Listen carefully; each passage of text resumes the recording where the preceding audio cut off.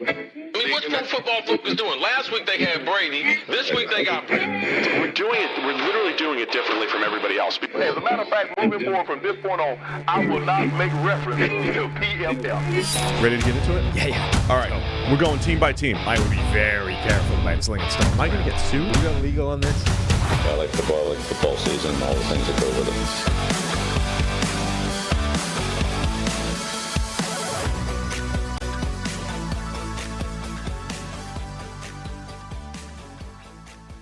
Welcome into the PFF NFL podcast. Steve Palazzolo, Sam Monson. We're live on YouTube, 7 a.m. on a Monday morning. This is what we do, Sam. Going through all the Week 14 NFL action. Bright and early. I lied on the preview show again. Yeah. I said it was a full slate this weekend. I completely forgot that the Cardinals and Commanders were on bye. More misinformation, huh? Yeah. So the last buys are out of the way. Next week it'll be a full slate, and they're making us work on Saturdays. But for now, we're looking back at Sunday. We got a lot to talk about today. Yeah. So let's get into it. Where do we want to start? Let's start with the hometown Cincinnati Bengals. How about that? Okay. Wow, a mighty roar from the sound booth from Eli. The Cincinnati Bengals 34, Indianapolis Colts 14. The Cincinnati Bengals move to 7-6. Indianapolis Colts fall to 7-6. We're going to be hearing that a lot. I'm going to spend most of this show. Say it 7-6. I'm going to be saying 7-6, which is half the AFC. Yeah. And I will just be listing tiebreakers when it comes to playoff implications here. Excellent. I'll just be giving the breakdown. Perfect. Sounds like a good show. So anyway, 34-14, Bengals win. They do. And for the second week in a row, Jake Browning looks amazing. What's happened? He did look really good again. I mean, he didn't have to do nearly as much as he did on Monday night against the Jags. Like, really didn't have to throw the ball down the field, but had a big play to T. Higgins. Screen game was incredible. There was a Chase Brown, the 54-yard touchdown on a screen. So the stats were pristine for Jake Browning. But he's still, look, with what the success that Brock Purdy's having, there are some similarities with the way Jake Browning has played the last couple of weeks. Anticipation, accuracy. Browning does not have good velocity on the ball, but he's throwing the ball early and accurately, right? He threw a deep out well before the break, put it right on his receiver, just like he did on Monday night, dig route right on his receiver. Jake Browning playing with confidence and playing really efficiently again yesterday. Yeah, this one I think was different. The first game, it felt like the game every coach is trying to achieve when they have a limited quarterback and they try and get him a bunch of easy, quick passes early, get him in the rhythm. And then the hope is that once he settles into this comfort level of the game, then he can kind of play his own game, right, and be good, independent of, gimme layup play calls. This one, quite early, he was asked to do actual quarterbacking things, not just, hey, drop back, it's a quick hitch or a smoke route, just throw the ball, get it out of your hands, good, right? Very quickly, he's running play action near his own goal line. He's under pressure. He's going to his second read. He's making, an extra thing happen. I think he was 5 or 6 for 6 at the start. And then there was a play, I think it was third down. He invites pressure so that it keeps dropping, waits, finds a tight end, converts it, gets a first down. He was in the zone a lot quicker than he was the first game, where it took a little bit of time, and then eventually it was Jake Browning's actually feeling it right now, playing well. He was sort of there right away in this game. I mean, I just think what we've seen in the NFL the last few weeks, we'll talk about it when we talk about the Jets, but Jake Browning has played really good football the last 2 weeks. Zach Wilson had a career day yesterday and just looked completely different. Jordan Love has centered. Yeah, we'll talk about his without centering. Jordan Love has been completely different the last 3 or 4 weeks, really changing. I mean, it's been actually fun to watch some of the either younger starters or backups just put together these really effective games. So credit Jake Browning, man. I mean, he looks there was a point early in his career, as I said, at Washington, where he looked like a guy who could be an effective NFL quarterback despite not having great tools, and he just never really progressed, and he was crumbling under pressure by the time he got to his senior year at Washington. And now, after all this time, I'll say this too. I mean, his comments on Monday Night Football, where he just sounds incredibly confident and he was expecting this. This was his moment. He's worked hard for it. Whatever that means. he's taken advantage of this opportunity, and he's played really good ball the last couple of weeks. If he's good, and the next wave of things to chase from college quarterbacks is the talented freshman that never really improved but played 4 years. That's the trend. Is it time to revisit and try and rescue Josh Rosen? Yes. Yeah. Yeah, because I think he came in with Rosen, right? I didn't look it up again. I mean, same class. I'm 2 clicks away, but I think he came in the class of 2014, the first year that we did college grading, right? That's a long time ago. Was that 2014? His first incompletion in this 15. game was like a jump ball to Jamar Chase in the end zone. Really nice pass breakup by Darrell Baker, but that could have been caught for a touchdown as well. I mean, he played really well. Yeah, so Jake Browning, just like Brock Purdy's first year as a freshman, he graded at 90, I believe, or in that range for Iowa State. Jake Browning's career grades at Washington, 82.8 as a freshman, and then 77, 75, 74.8. Like, he got worse. Right. But he's got the Parcells, had all the starts. 1 million games. Honestly, that might, I mean, if these are just ebbs and flows, but right. Everybody, where's the next Brock Purdy? Where's the next Jake Browning? You're just going to find these Bo Nix. 4-year starters, guys that have all the 72 starts. But, the guys with below average tools who throw with accuracy and anticipation. There was a throw in here where he gets picked off, which it struck me how important ball location is, right? You hear all the time people harp on about it, and sometimes you're like, it doesn't really matter. It's like a catch is a catch. What difference does it make? It was like a slant to Tanner Hudson, and it was too far inside, and Hudson can get one hand to it, and he just kind of sticks out a hand, tries to bring it in one-handed, ends up stunning it into the air, where a Colts defender is able to just sort of yoink, grab it, take it away from him, and ends up turning it into an interception. It's like that ball is 1 to 2 feet off target, right? It's just inside a little bit too far, and it ends up a pick six because just the whole kind of confluence of how tight the margins are in the NFL. You 1 to 2 feet off, and it goes from being a catch on a routine, relatively short, underneath, easy pickup to, this is not just a bad result, it's turned into a pick six because the guy has only been able to stun it into the air, and then the defender just picks it off and goes. Yeah, I also think the end result of that being a pick six was kind of unlucky. That's usually just a miss. But that's the risk, right? That's how fine the margins are in the NFL. If you're going to be 1 or 2 feet off in terms of actual accuracy, it can be anything from the guy somehow still catches it, right? That one-handed stun of the ball could have actually stuck, and you end up if he catches that, nobody even notices. It's just that was slightly off, and then on to the next play, and it doesn't register. But the other end of the spectrum in terms of luck is him trying to catch it ends up just batting the ball up just enough for a guy to pick it off, and that's all because of the difference in ball location. Shout out to Bengals center Ted Karras. Couple big blocks on both of the screen passes for running back Chase Brown. And, of course, shout out to Chase Brown, who's become a bit of a playmaker the last couple weeks for the Bengals. 3 catches for 80 yards, including that 54-yard screen. Had another 25-yard gain on a screen, again, where Ted Karras was out there leading the charge in front. And I think the Bengals, may have missed Samaje Perine as the number 2 running back earlier in this year, and Chase Brown stepping up, the rookie out of Illinois. Pretty big these last couple weeks, adding some big plays for the Bengals. On the other side, he's Colts, a true change of pace. He's another one of these backs where, again, just the difference between him and Joe Mixon in terms of quickness, speed, intensity. It is a very different type of back to be trying to bring down when he steps on the field.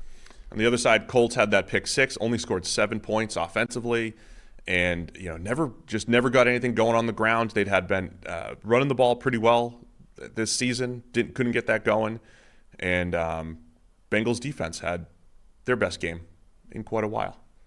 So they're both 7-6, tied with the Pittsburgh Steelers, the Houston Texans, the Denver Broncos, and the Buffalo Bills. Now to go with the Bengals and the Colts here at 7-6. Browning also got hurt, and A.J. McCarron had to come in, down to the third string. Yeah, what's that look like going forward?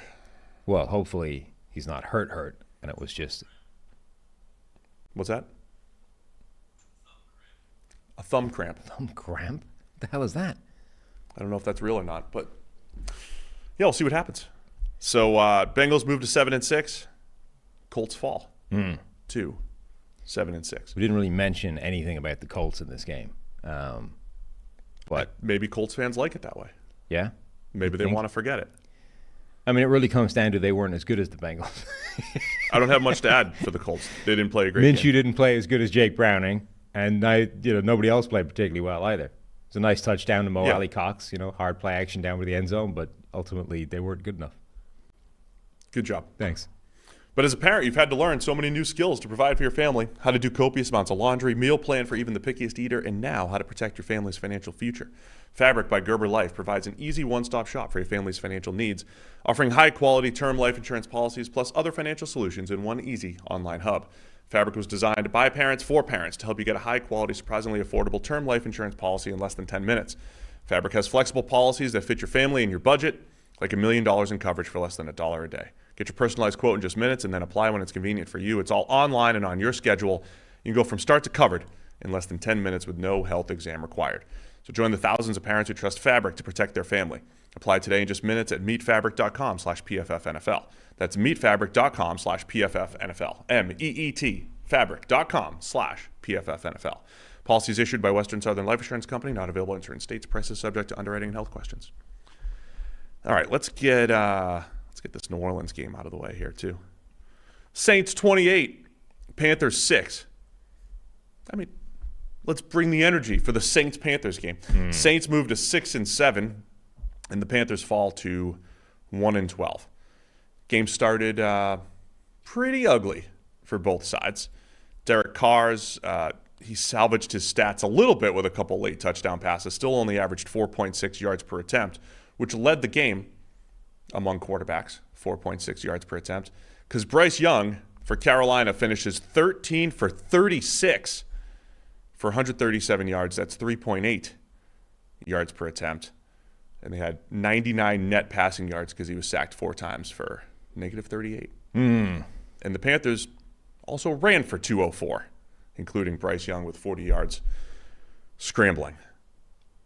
Yeah. Thoughts on this game? Firing Frank Reich didn't fix it. Did not. It's still bad. My immediate takeaway on this one is we've made a lot of excuses for Bryce Young over the weeks. Not excuses, but we've described the situation. Yeah. Right? The receivers aren't great. They're not getting open. The pass protection's terrible. In this one, he left some plays on the table. He had your guy Jonathan Mingo open down the field. He missed several downfield passes. He did. So the play that was like a fumble, right? It wasn't an interception, they called it. The play where he was sort of buried in the pocket, fumbled the ball away. That play, I think, sums up the Panthers this year. You look at the play, and it was one of those. Remember years ago when the Vikings had Norv Turner as the offense coordinator, and everything they ran in a league that was like quick passing, quick game, short drops, everyone out, 5 wide, all that kind of stuff. Whereas they were running like everything was 7-step drops with 2 wide receivers in the pattern. Max protect because the offensive line is bad. Only that doesn't actually work anymore because max protect anyway. So that was what it was running, and it didn't work. And you're like, is this actually the quarterback's problem, or is this the offense being stuck in the dark ages? So this play was like straight out of that season. They run max protect. They've got 2 tight ends and a running back, all of whom stay in to help block, right? Which means there's only 2 wide receivers out in pass patterns, and they're both running deep on 1st and 10. So, and that would be okay if the max protect actually did its job, but it didn't, because immediately Ike Ekwonu at left tackle gets whooped.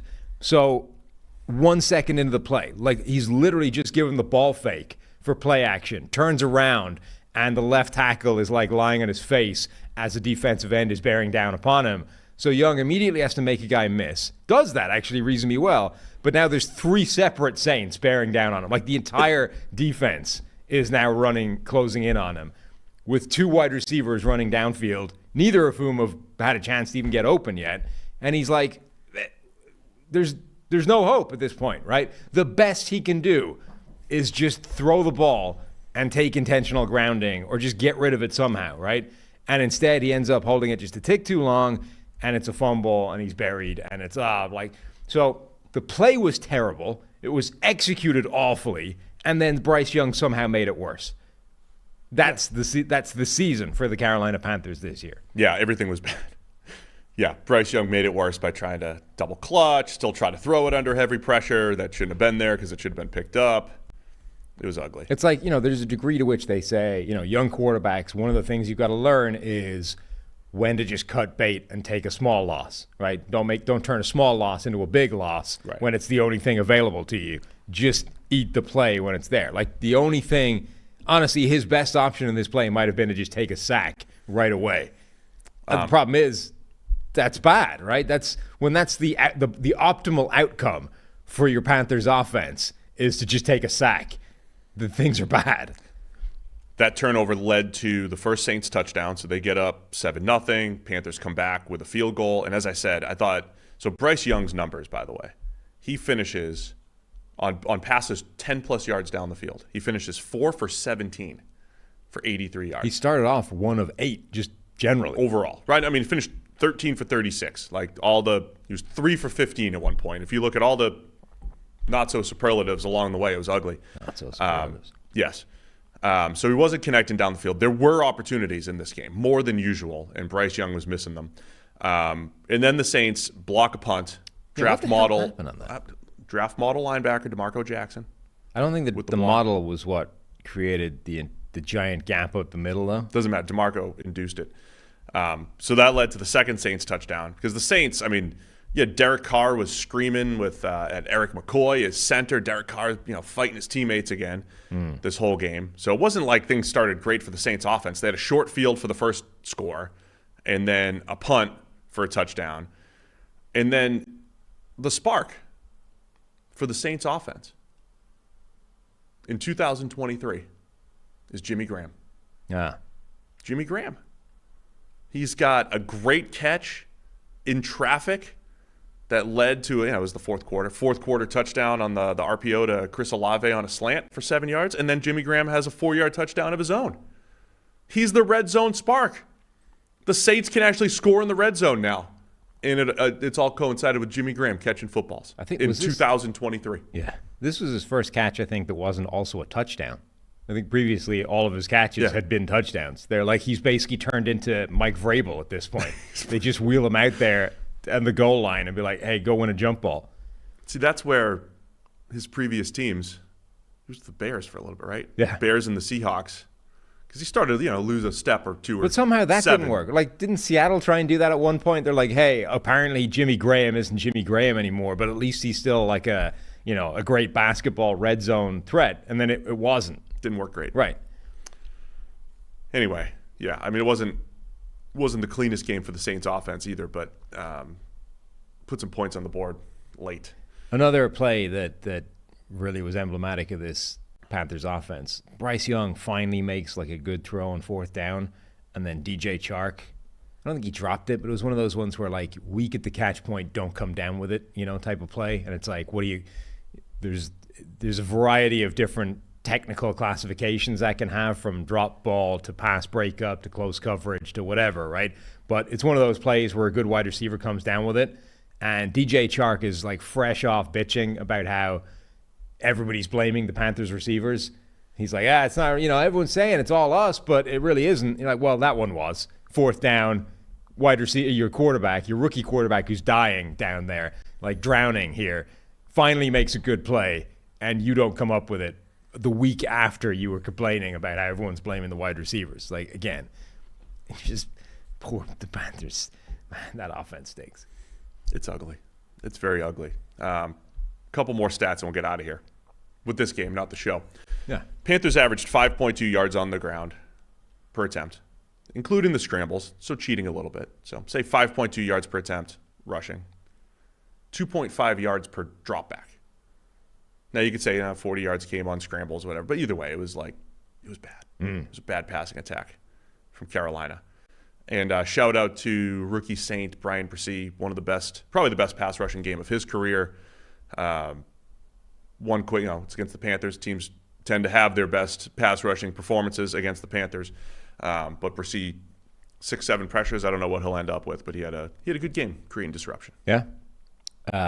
Shout out as well to Derek Brown, one of the few players for the Panthers that actually did have a great game. Had one of those batted pass interception things. stuck his mitts up, batted into the air, and then, oh, look, it's dropped right in my hands. Awesome. It was a great play.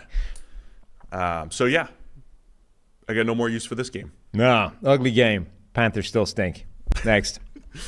To the next NFC South game, Tampa Bay Bucks 29, Atlanta Falcons 25. A lot of excitement in this game. It was back and forth. Bucks moved to 6-7 and now have the tiebreaker in the NFC South, so they're technically in first place. Yeah, but the entire division except Carolina is at 6-7. And the Falcons fall to 6-7. There was a complete flip in the 4-5 seeds in the NFC. So coming into the day, if the playoffs had started yesterday, the Falcons were going to host the Cowboys in a 4-5. Okay. But now it would be the Bucks hosting the Eagles in a 4-5 matchup. So the Bucks are now leading the NFC South, and the Eagles have fallen to the 5 seed in the NFC. So Baker Mayfield hits Cade Otton for the game-winning touchdown with under a minute left in the fourth quarter. 11-yard touchdown to go up 29-25. A lot of ebbs and flows in this one. Baker's now clutch. He went from like his entire career, even when he was playing well, when you got, within 2 minutes late in the game needing a drive, you're like, oh, Baker's going to find a way of making a mess of this. Now, that's when he's at his best. Baker money. Including the Texans game earlier this year where C.J. Stroud just out-clutched him. But Baker Mayfield's led a few of these late-game drives. Right. He's gone from literally, like, my default assumption is he's going to find a way of making a mess out of this to actually now it looks like he gets it done. So this was another one I left a note during the game. I was like, we're in the middle of the third quarter, and Baker Mayfield has not hit a pass beyond 10 yards. And I said, keep an eye on it. Check the final stats. He did not complete a pass beyond 10 air yards until 3rd and 10 on that final drive, game on the line, throws an absolute dime to Chris Godwin to convert. Then he had that pass. Previously, he'd had that pass to Mike Evans, kind of rolled out, hit Mike Evans in the side of the end zone. Evans, it was one of those, like, the ball location's great. Evans just didn't have his, feet aligned. His hand hit out of bounds just before got his second foot down, so it was incomplete, but it was actually a really good throw. And then Mayfield hits the Cade Otton game-winning touchdown as well, which is 18 air yards technically, 11 yards total. But, those are the only 2 passes that he threw beyond 10 yards that were completed, and they were, in crunch time when they needed them. Mm-hmm. But, yeah, this was incredible back-and-forth game. I mean, Desmond Ridder, it looked like he was going to be the hero for a while because, the Bucs took the lead, and then Ridder comes back, and he has a touchdown run on a QB keeper where I don't even know if he made the right read. He just outran Joe Tryon-Shoyinka to the end zone, to the sideline, and then to the end zone. Incredible play by Ridder. There were plays. There was also incredible interception early by Carlton Davis to set up an early score by the Bucs. Antoine Winfield had a great play and a strip sack for a safety. Like, there were a lot of game-changing plays. Bucs came back with a 30-yard screen touchdown to Rachaad White like they did a few weeks back on 3rd and 9. The Bucs ended up, though, making the high-leverage plays. 3rd and 10 to Godwin, 3rd and 9 screen to Rachaad White, and that ended up being the difference in the game. Yep, there were a few differences in the game. That was one of them. Ridder was one of them. Like, Ridder is one of these quarterbacks now. He's maybe the archetype of this, who's quite good in between horrendous mistakes, right? And it's like, so the overall net of that is bad, but the actual level of his play, like the modal level of his play is quite good. And then you're only ever sort of 5-10 plays away from like a disaster. That's like, come on. If you just stop doing that, and some of them are so bad, like so obviously bad, just don't do that and you're okay. Like the safety was a bad play by him. He's just so many of these punctuating his play. But other than that, he's not terrible. It must be incredibly frustrating from a coaching point of view. But the difference between him and Baker was those bad plays. There were a couple of officiating calls late in this game that both bounced Tampa Bay's way instead of the Falcons. Clark Phillips, the rookie slot corner, had an amazing game. Like, he played incredibly well, had a couple of pass breakups in there, and then gets called on this really ticky-tacky holding call on that Bucs drive to go ahead. And like, that was pretty brutal. And then Rachaad White fumbles the ball away, and somehow that doesn't count either. Did he no, he didn't recover it, right? The Falcons. Didn't they say he was down? Either way, it Yeah, didn't cost them. They didn't. Yeah, Rashad White fumbled and may have recovered it himself, but at the same, I think the Falcons ended up with the ball Let me go see what the game book says. at the bottom of the pile. Yeah, I wrote that down as well. That was on. Was that on? Yeah, that was on 4th and 1. It was a fumble and an unclear recovery as well. Recovery. That's what I mean. That's just what I wrote down in my notes. Yeah. On 4th and 1, but I don't know what the exact call was on that. There was also back-to-back plays. Again, this was. It said he recovers. It said he recovered, Yeah. but there was a chance that the Falcons came away with that at the bottom of the pile. So yeah, the Bucs were up 12-10. They got up 19-10, and then in the fourth quarter, the way that the Falcons came back, they hit a tap pass to Bijan Robinson for a big play. They get up to the line of scrimmage. Bijan he has a 3-yard touchdown run in which the Bucs had 9 players on defense. How do you have 9 guys? Which I guess they had only 10 players on defense a couple weeks ago. This seems to be a common trend for the Bucs playing, just up in the difficulty level a little bit. Bucs get up 22-17. 10, I get it. Like 10, you can understand, right? It just means one guy screwed up somewhere, right? Whatever. There's something wrong with his helmet. The 11th guy never made it on the field. 9, that means 2 different people had to have problems or screw up at the same time and it not be relayed. How does that happen? The funny thing is, there's a strategy that I don't know if you're allowed to say the name of this anymore. Okay. There's a strategy to put at certain times of the game, like 13 guys out on defense in the goal line to make the stop, to make the clock run, like it was an old strategy, right? The Bucs are going the opposite way. Like, let's see if we can stop them with 9. Yeah. I don't think that's going to be as effective. So yeah, and then so the Bucs get up 22-17 with a field goal, and then Ritter has that keeper for a 6-yard touchdown to go up 25-22 after they get the 2-point conversion, and so the Falcons had the division. They had a chance to go up 2 games in the division if they could stop the Bucs, but no, Baker Mayfield drives them down. 12 plays, 75 yards, as I said, highlighted by a 3rd and 10 absolute dime to Chris Godwin, and then another dime on the 11-yard touchdown to Cade Otton. So 29-25. Bucs get the win. Baker's comeback, great win, etc. When they scored, there's still 31 seconds left on the clock, and it's like, it's Desmond Ritter. I mean, yeah. They actually got there. Like, Drake London had an insane game overall in terms of just that guy might be the best receiver in the league at the catch point. Like, that was his super skill coming out of the draft. When the ball is in the air, that guy tracks it and goes to get it better than any receiver I can think of, and any receiver I can think of coming into the NFL for a long time. And he made a few of those plays in this game. And so they get into range. I mean, their final play is from the Tampa Bay 31-yard line, right? Yep. So we can get it to the end zone there pretty comfortably. And London goes up over the middle over a bunch of Bucs defenders, catches the ball, but the ball's like 3 yards short of the goal line. Like, if that's in the end zone, the Falcons might have won the game. And that's where, look, if you're drawing it up on paper and everything that we cited about the Falcons playmakers coming into the season, Drake London ended up with 10 catches for 172, including that one that was short of the end zone. But London had a big game, did have a drop in there that was key. But Kyle Pitts broke free for a 36-yard touchdown. He had 57 yards. Bijan had 5 catches for 54 yards. Like, this is what they should do if you're the Falcons. They got their playmakers involved. But run game was inconsistent for the Falcons. Even without Vita Vea playing for the Bucs, their linebackers played really well, Tampa Bay, with Levante David back. But yeah, the Falcons but they still couldn't put it all together, man. Defense let them down, I think, at the end. And they slowed down Mike Evans, too. Evans had only 1 catch for 8 yards. Again, he had that pass that he could have caught for a touchdown. It feels like a missed opportunity for the Falcons, and the Bucs really taking advantage down the stretch there. Because Mayfield was not having a good game. Again, wasn't connecting on anything down the field until crunch time. Anything else? No, I mean, I thought Rashad White had a really good game other than that fumble.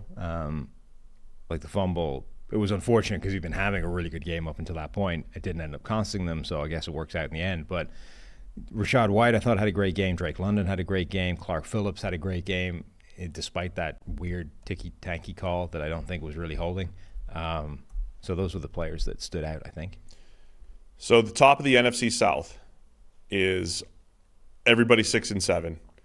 Bucs leading the division with the tiebreakers at the moment, and then the Falcons and Saints at the 10 and 11 seeds in the NFC at 6-7. Do we need to bring Steve Kornacki on here? Yeah, we need you got it Kornacki. covered. I was thinking, Should they just make the screen higher so he doesn't he's got to have back issues. We could wheel Parker out here, and he could just, while we're doing the show, like we don't even need to cut to him. He could just be doing the whole thing, like in the background. I mean, we do all the way through. We do power his segments on Football Night in America. Yeah, so it's really like a natural. I mean, we've got the TV thing right over there. We could, I mean, now look, and then it wouldn't matter that Parker doesn't really work, and it would take 4 or 5 stabs to make Nobody the thing knows who Parker function. is. Parker's the giant useless TV we have over there. The big giant useless TV. Yeah. That was an impulse purchase after a Reds game in an afternoon. Yeah, and became obsolete after about 3 minutes. I don't even think we know the password to get into it anymore, to be honest. Oh, that's great. Anyway, how about that NFC South? All right, let's go. We'll talk prize picks after this game. Chicago Bears 28, Detroit Lions 13. Bears move to 5-8. Lions move to 9-4. A lot of similarities to the last time that they played, with the Bears controlling most of the game. It was back and forth early, though. The Bears got up, the Lions came back. And I say this every week, when the underdog when they handle the comeback from the favorite, that's when things get tense. But then, the Bears go into the fourth quarter with a 2-score lead, and you're still thinking, we've seen this before. The Lions were down 2 scores with like 5 minutes left the last time they played, and they still pulled it off, but not this time. Bears cracked down, win it 28-13. Second time they've made Jared Goff look not so good. Goff is in the middle of a slump, multi-week slump. Justin Fields looked pretty good on his side of the ball, and the Bears looking good, man. Yeah, if Justin Fields only had to play the Lions, there would be no question about whether he was the future or the franchise quarterback. He'd be like an all-pro already. They can't defend him. I mean, they couldn't deal with him early. It's helped also. It feels like the Bears only bring out the good plays against the Lions, right? Like they had that DJ Moore sort of trick run where he lines up as the quarterback, and then was it Fields in motion from the slot? Yeah, great play. Yeah, they it really faked was. The end around. Right, to Fields. Right. And then Moore just keeps it and goes back to where Fields came from, and it's like a wide open run for a touchdown. It's like that's a great play with the threat that Fields is as a runner. And it completely flummoxed the Lions defense. But it's like, where is that for the majority of this team? It seems to only come out against the Lions. And then later in the game, they run this like TE stunt on one side of the defensive line from the Lions. So the tackle goes first, the end comes in, loops around. I saw some people criticizing Aiden Hutchinson for like jumping inside and giving up contain. Saw the same. But like the tackle is supposed to be out there. He just never makes it anywhere near it. So as soon as Hutchinson loops back inside, there is now no edge. There's no contain. And Fields just goes, oh, okay, yoink, runs right into the space, just wanders out for a touchdown. It's like, this is basic stuff. Like, what are we doing? You see that more in today's NFL than ever, which is because there's so many mobile quarterbacks and guys who like to get out of the pocket and make plays. You see this a lot with teams playing Mahomes. It's good to stunt, to just mix it up a little bit, right? Because sometimes you're trying to like bait the quarterback, and it's like, hey, it looked like the edge was open, but hey, there's somebody there. The challenge is when you run that stunt and you put a 300-pounder now as the contained player, this is the downside. Against an athletic quarterback, it's a challenge. And then you have, the offensive line's trying to block you, and if they just get your hands on you before you get to the edge, that's what happened in this game, on this play, Fields with the 11-yard touchdown screen. When you see the numbers and the production sometimes of plays with stunts, and when you see stunts work well, you tend to ask yourself, like, why is any team running like not a lot of stunts? Why wouldn't every team run more of them? Sort of like the play action numbers, where it's like everything says run more play action. Well, everything says run more stunts, and you're like, what is the downside here? Well, this play was the downside, right? The exchanging gaps can be a two-edged sword. It makes it more difficult for offensive linemen to pick up the two guys that are rushing and exchanging their gap. But the downside is if one guy doesn't get back into the other gap, now you've blown a gap and there's a giant space for an athletic quarterback to be able to run into and be completely free into the second level. Late in the third quarter, it was 19-13 Chicago. So before that, I don't know if it led right to that touchdown, but 19-13 Chicago, and Jared Goff just drops a snap in his own territory. Not ideal. Bears recover. 3 total turnover-worthy plays for Goff, that one on the snap. I mean, Goff just has not played well against the Bears. The one other thing here, too, with the Lions, I didn't get there. They were 1 of 5 on fourth down, failed on a 4th and 1 in their own territory. And so they've won games this year. The Chargers game in particular, where it was like 4th and 6, we're just going to run it first down. And they down, keep going for the crazy ones. Like they went for 4th and 10 in this game, threw an interception. Yeah, and the interception's fine at that point. I mean, you know what I mean. Like you'd rather convert, but at that point, I mean, you're interception and incompletions. You're giving them the ball anyway. You know, you might as well take a shot at it. Yeah, that's my point here is when fourth downs work, obviously they're going to increase win probability. Yeah. When they don't work, they're going to decrease win probability way more than usual. So sometimes if you're that aggressive, you get these volatile games. When variance doesn't go your way, it's going to look ugly, and that was what happened with the Lions here. It's also a little bit, I haven't looked at all the ones in this game, but remember a few years when Brandon Staley first rocked up and was going for every 4th down, and everyone was like, oh, this is crazy. Like, this is why analytics is terrible. And you're like, he's not even going with the analytics. Like, he's way more aggressive than the analytics say. All of the go for it, no go for it stuff was saying, don't go for half of these. And Brandon Staley was going for all of them. And it's like, this is what Dan Campbell has been doing this year. He has not necessarily been sticking to what the analytics says. They've been way more aggressive. And was it against the Chargers a few weeks ago where he went for a bunch of these? And they all, like the net was a massive win for Detroit, right? They failed on one down by the goal line, and so they didn't end up getting any points out of it. But like they went for a bunch of them. And the net outcome of those, I think they went for 5 or 6 times or something in the game. They were way ahead, but they were way more aggressive than the analytics say. And they ended up getting paid out off for it because they converted so many of them. Well, if you're going to be way more aggressive and not convert, now you're going to start catching like a massive end of negative from this. And then they kind of failed twice, right? Like the start of the game was this, we've seen this script again. We can't stop Justin Fields and we're in a hole. But then they had that play just before the half where they had like an 11-play drive, chewed up some clock, took the clock down to the wire, and then scored a touchdown to take the lead for the first time. And it's like if you were, this season for Detroit, a little bit like Jacksonville, it's like, are you actually for real or are you just in and around the fringes of playoff contention and, ultimately you're the same team as you were a year ago? If you were this true contender that the Lions want to be this season, that would have been a moment to kind of relax, breathe, reset, and like start again, right? We came into this game, we were expected to win, we got punched in the mouth, we were in a hole, we dug our way out of it, and hey, look, we've got to halftime, we're up. Like, everything that happened in the first half doesn't really matter. We're where we should be. We are winning this game despite it being a bad first half. And instead, they just sort of let the same thing happen again. It's like, that doesn't speak tremendously well to, championship aspirations. That's what I was kind of trying to say. You described it like as they got punched in the mouth, and then you come back and you take the lead. Now, here's the other key play. 3rd and 13, late third quarter. Justin Fields is getting sacked. He throws the ball away.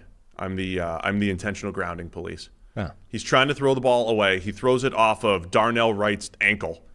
Darnell Wright's the right tackle. Yes. He's not an eligible receiver. And Dan Campbell and the Lions were furious that this was not called intentional grounding. So I'm generally empathetic to the quarterback who's getting hit, and because he's getting hit, he's unable to get the ball anywhere near a receiver. Because we grade plays and we look at this and we're like, well, that's not an inaccurate pass. He got popped. Of course, you can't make an inaccurate pass when you're getting hit. But this is one where Field starts getting hit. He's on his way down. There is a tight end in the flat, and he kind of, tries to get rid of it, doesn't get anywhere near the receiver. Lions were furious. This would have made it 4th and 1,000,000, and they probably would have just punted or whatever. So they don't call it. They just call it a throwaway. It's nowhere near the receiver, but it's like he's throwing it in that direction, but he's getting hit. Next play is 4th and 13. DJ Moore runs behind the defense. On 4th and 13, was it Jerry Jacobs just runs right by him for a 32-yard touchdown? And that ended up being, that's the game winner. That ended up being the difference in the game. So those two plays were absolutely massive as well. Credit the Bears, though. They made the play when they needed, but 4th and 13, that is egregious defense. And if there's a concern for the Lions, there's two big concerns. Jared Goff putting the ball in harm's way over and over again and just not playing as crisp and clean as he had the first 10 or 12 weeks of the season, 10 weeks of the season, say. And then the defense, the inconsistency rushing the passer, inconsistency on the back end after all their injuries, and all that stuff, I think, showed up from a Lions perspective here. And they got them the jump on that play as well. Like, it was a free play. At 4th and 13. Yeah.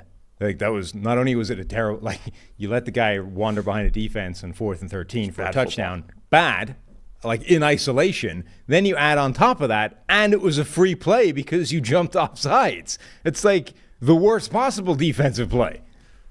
So Bears win a couple in a row here. They're also in this interesting spot because, again, like when Justin Fields is not playing like he did the first 2 or 3 weeks of the year, where he's playing, with scrambling as an option, with some designed runs as an option, he's playing all right. If it wasn't for the Panthers, Justin Fields would be putting the Bears in a very awkward situation where, hey, we kind of want to move away from you because you've shown enough bad at this point that Caleb Williams or Drake May is probably a better option. But if they had just their own pick, they probably don't have a shot at either of those guys anymore. Yeah, and that's they're now 5-8. And so I think they're absolutely going to move on from Fields, right? Yeah. And so this is going to be even more for the Bears offseason, which we'll have plenty to talk about this offseason. Not only having the number 1 overall pick, having their pick, which seems to be getting worse now every week because they're winning, but then whatever they can get for Fields. That down to number 7. Yeah, that's harsh. So whatever they can get for Fields too, the assets that the Bears have accumulated the last couple of years between trading down from number 1, from having Fields, and people around, like there's going to be 10 teams around the league who probably want to, have a Justin Fields. So there'll be plenty to talk about there. And Fields playing well is just another win for the Bears, even if it's hurting their draft position. I don't think it's a huge deal. Yeah, like I said, because they've got Carolinas, it doesn't really matter. But if it wasn't for that, it would be putting them in a real bind. All right, let's talk about our Prize Picks lineup for tonight. We have a doubleheader on Monday Night Football, the surprise December doubleheader by the NFL. And we're going to go more than 228.5 passing yards for Jordan Love. Love's hot right now, tearing it up. So we're going more than 228.5. And then we got a little combo, DeAndre Hopkins and Jaden Reed, because the Titans are playing, the Packers are playing, not each other. They're going to go more than a half touchdown, rushing or receiving. All right, so add them up, more than a half. I'm feeling good about this one. Yeah. And then Saquon Barkley, we're going more than 93.5 rushing and receiving yards. We also have to give the autopsy of the last Prize Picks lineup from Eli. I like to not look back. It was the 3-person shot, and 2 of the 3 hit, and they were the least likely of the 2.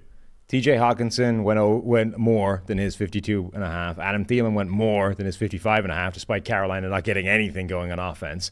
And then Nico Collins, who was the only wide receiver left standing for the Houston Texans, gets hurt in the first quarter and doesn't go more. And that's how Eli's Prize Picks lineup crapped out.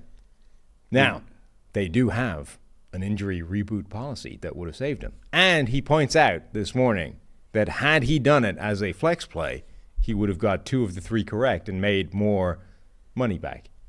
So that's a great... So you can do that. It's a great perk by Prize Picks, the only daily fantasy sports platform with an injury insurance policy. So we got that for Nico Collins. So if Nico Collins leaves in the first half and doesn't come back for the second, which is what happened, he would have been rebooted. The other things Prize Picks have with basketball season here, you can now pick combo projections across football and basketball from the Specials League. It's a league created specifically for combo projections that includes 2 or more players from different sports or leagues. For example, you can go LeBron James plus Travis Kelce at 10.5 combo of 3-pointers made plus receptions. You can also play alongside some of Prize Picks' favorite players like rapper Meek Mill and comedian Andrew Schultz. You can find them in the community plays under the promos tab of the app to view entries from some of the biggest names in the Prize Picks community each week.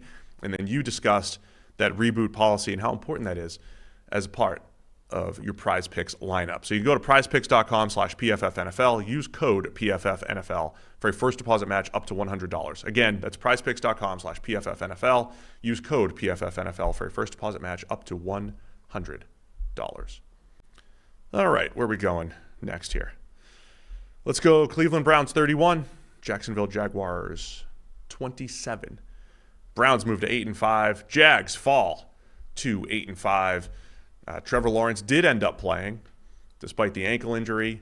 Throws the ball 50 times. They didn't take anything off his plate. No. This was another, hectic game as far as game flow goes. The Browns got up 14-0. And again, every time the Jags kept trying to come back, Cleveland did a really good job. For much of the game, they were up at least a touchdown or 2. Jags did have opportunities to come back in the fourth quarter, but Joe Flacco and the Browns making big plays when it mattered. Joe Flacco and the Browns. This was a turnover fest, this game. It really was. Trevor Lawrence throwing interceptions and the Browns fumbling the ball was generally how this game was going, back and forth. So you asked before, was there any obvious evidence of Trevor Lawrence being injured? Like, if we reach this point now where NFL players are just superhuman freak shows, like a high ankle sprain used to be you're done for a month. Yeah.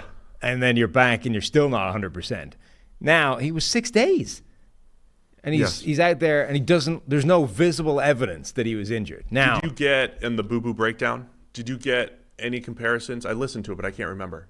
Any comparisons to Mahomes' injury? No, we didn't talk about that too much, but we mentioned it off air on Friday. Like, he's going to look like Mahomes in the playoffs, only it's going to be bad, right? Like, Mahomes somehow couldn't move, was like literally couldn't hobble around the place, but went out there, played the game, and still somehow didn't play any worse. It was insane. I was like, this is going to put into like contrast how well he did in that playoff performance. It kind of did, but like Lawrence didn't look like that. He could actually move around fine, and if you didn't know he was injured, you wouldn't have seen it from the tape. Like, you wouldn't look at him and go, "Oh, that's a guy that's visibly hobbled. He can't move around." But there were some throws in there, I don't want to say can only be explained by an injury, but make more sense as an explanation of an injury. Like the first weird heave of an interception where he missed Zay Jones by like 7 yards over his head. Like, he's not under pressure. He's got open space. He steps into it. And like that throw, a guy like Lawrence doesn't miss by that degree if there's not a reason for it. Like, he was just way off. So I think where his injury showed up was on plays like that, where you're like, it just jacks the mechanics of what he's doing. Foot goes into the turf. Right. It's different. It's not the same strength. Consequently, he's like an order of magnitude further off than he would normally be on that throw. And that is where, if you rewatched Mahomes playing, Mahomes did not have mobility. So he came back in the Jags game after looking like he couldn't walk. Yeah. And then played the next week against the Bengals in the AFC Championship. Limited mobility, and he kind of got re-injured in that game. So he wasn't moving around that well. But every now and again, he'd step into a throw, and things would just kind of like, he bounced a throw. Like, he just missed some throws, which looked like it was probably the ankle. But like Lawrence, when he was moving around, 6 days later, after he could barely put any weight on the thing, and he was like maneuvering the pocket and running, like you didn't see any. I didn't see any mobility issues, but maybe it just showed up on a couple throws where they became, errant throws that he's missing. Yeah, I mean, he was scrambling around like it didn't look like a guy that was hobbled, but there were a couple of throws in there where I don't think it makes much sense for that throw unless something has messed with his mechanics or his whole sort of biomechanical, throwing mechanism. So just a couple things to highlight here. If you were watching the game, you saw a lot of Martin Emerson from the Browns. Well, that's because Lawrence kept throwing the ball to him. Lawrence kept throwing the ball to him. Emerson breaking up passes, had a defensive stop. He had a huge game. The other thing that was different, you have Blake Nance playing left tackle for the Jags. He's normally a guard. I mean, it was just this makeshift offensive line that Jacksonville had. When Hance came in, he had 41 pass blocking snaps, and he will have, yikes, maybe 10 or so pressures allowed.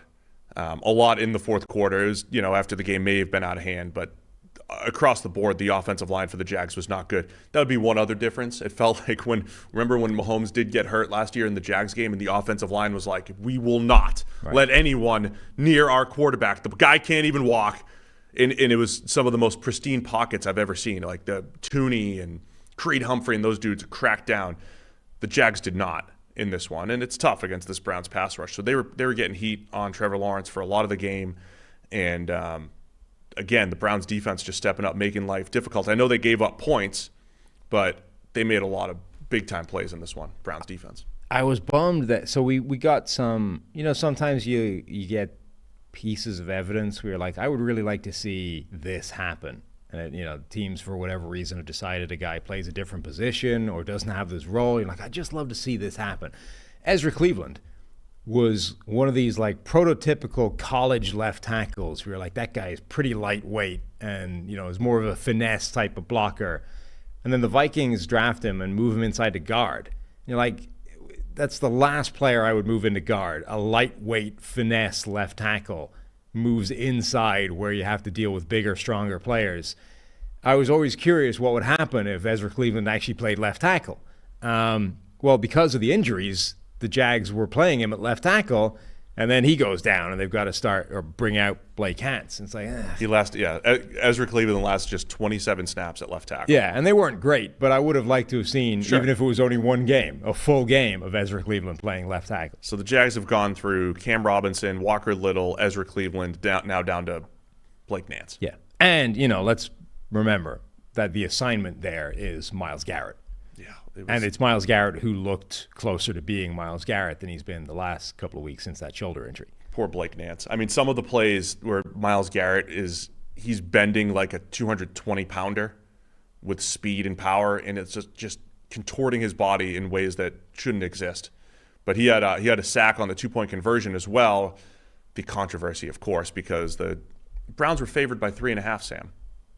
And the Jags went for 2, down 4 at the end of the game there. He got double teamed in that play and still made the sack on the foot. Like, that was crazy. Which when they put up the resumes, that's the defensive player of the year, the sack on the 2-point conversion, which was pretty clutch, doesn't count there. Not just pretty clutch. That's like, if that happens on a key fourth down somewhere in the game, that's like a defensive player of the year. That's your Heisman moment, right? Like, that's one of those plays that TJ Watt makes, right? High leverage against a double team, game-changing play. Like, those are the plays that Myles Garrett hasn't made in his NFL career generally before now. He makes one, and it's on a 2-point conversion, so no one will ever remember it. Doesn't count. I remember those, Sam. I'll bring it up. You're a voter. You'll remember it.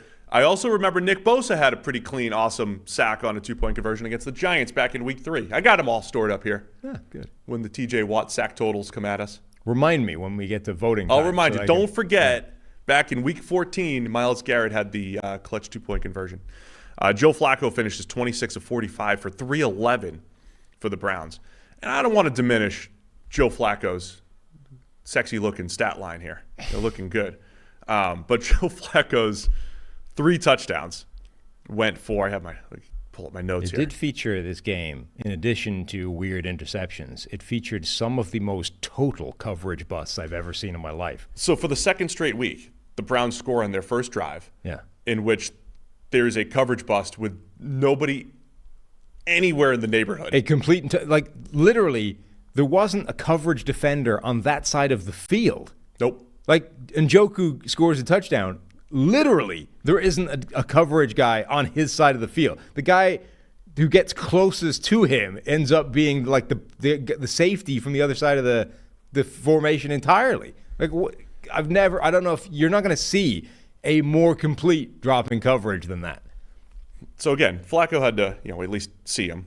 Then you have David Njoku. What? Good job, Joe. David Njoku crossing route, runs through the defense for a 30-yarder. And then the final one, which ended up being the nail in the coffin, really, for the Browns, because they never lost this lead. They were up 21-14. It's 4th and 3. They're kind of in no man's land. Jags go all-out blitz. This was a good job by Flacco, finding the open man. He does a nice job kind of maneuvering the pocket, avoiding the rush.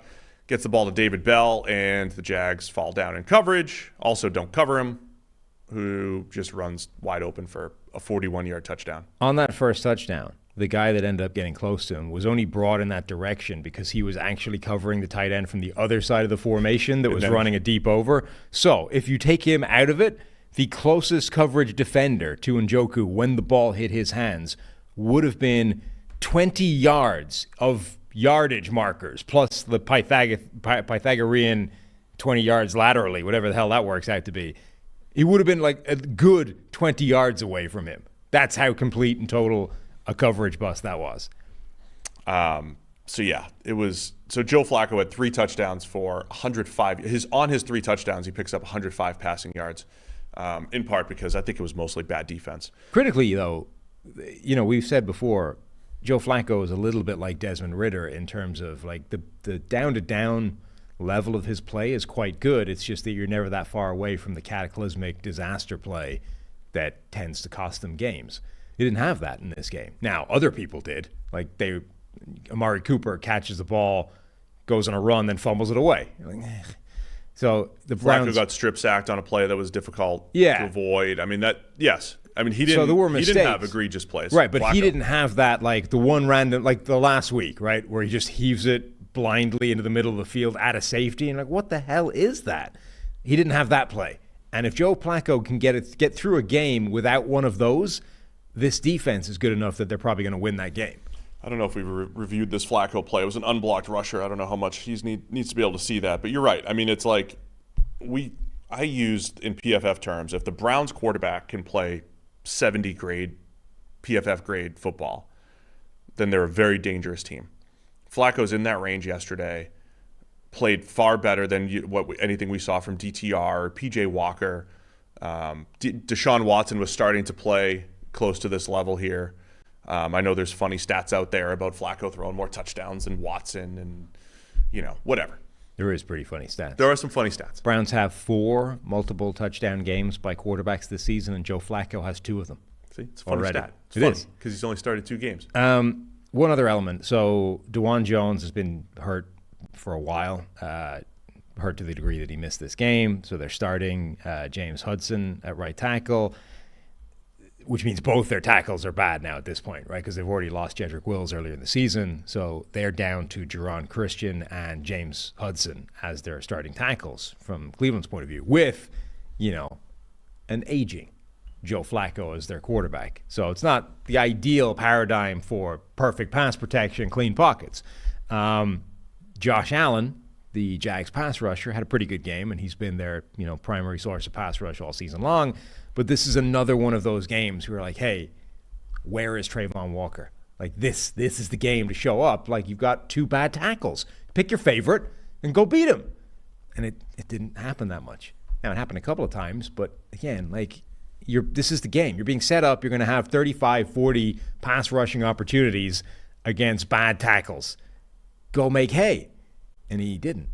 So Jags fall. So let's recap this here. Browns move to 8-5. Same record as the Chiefs and the Jags now. They're all 8-5. Browns are the top wild card team with the 6, 7, and 6 teams right behind them. So if the playoffs started today, guess what would happen? Rematch. Browns at the Jaguars this time. That would be the first round matchup. So the Jags sitting at 8-5, still atop the AFC South because the Houston Texans lost to the New York Jets. So let's get to that game. Jets 30, Texans 6. It was scoreless at the half. The Jets drop a 30 spot. It had been 4 years since that had happened. A game went scoreless at the half, and then it happened twice in the same day. We saw 2. Little side note here. I gotta pee. Just telling you. Normally on Monday mornings, I've got it well planned out. I don't drink too much. Got an iron bladder. I have a really good water to coffee balance. We've got about an hour and a half left in the show. Yeah. We're gonna grind it out here. Yeah. You gotta grind it out. Okay. So that's all. That's a great side Let's note. reset again for social media. Yeah, you don't want that in the... Jets 30. Look, we're just full disclosure. We're full disclosure to our viewers and listeners. Jets 30, Texans 6. Jets move to 5-8. Texans fall to 7-6. The Texans could not take advantage of the Jags losing. They would have been tied atop the AFC South. As I said, it was 0-0 at the half. That had not happened how long? 4 years, something like that. I don't know. We had 2 in one day. Yes. Can't wait to get to that Vikings-Raiders recap. The Jets have now also gone 39 straight games without allowing a 300-yard passer. The Jets. Yeah, as a defense. Yeah. I mean, we said, look, first off, the Jets dropped 30 points in the second half. They win 30-6. We said on the preview show, I saw one commenter say, "Oh, you say everything's going to be tough for C.J. Stroud." We said this is going to be C.J. Stroud's toughest challenge. And it was. It was a weather game, but of course Zach Wilson was playing in that same weather. It was a weather game that affected things, but yeah, C.J. Stroud finishes 10 of 23 for 91 yards. He had no interceptions, but he easily could have had 3. Yeah. You know that weird thing where this week it's not as good, it's not as fun anymore. But the Eagles had like one loss and it was against Zach Wilson, which made no sense, right?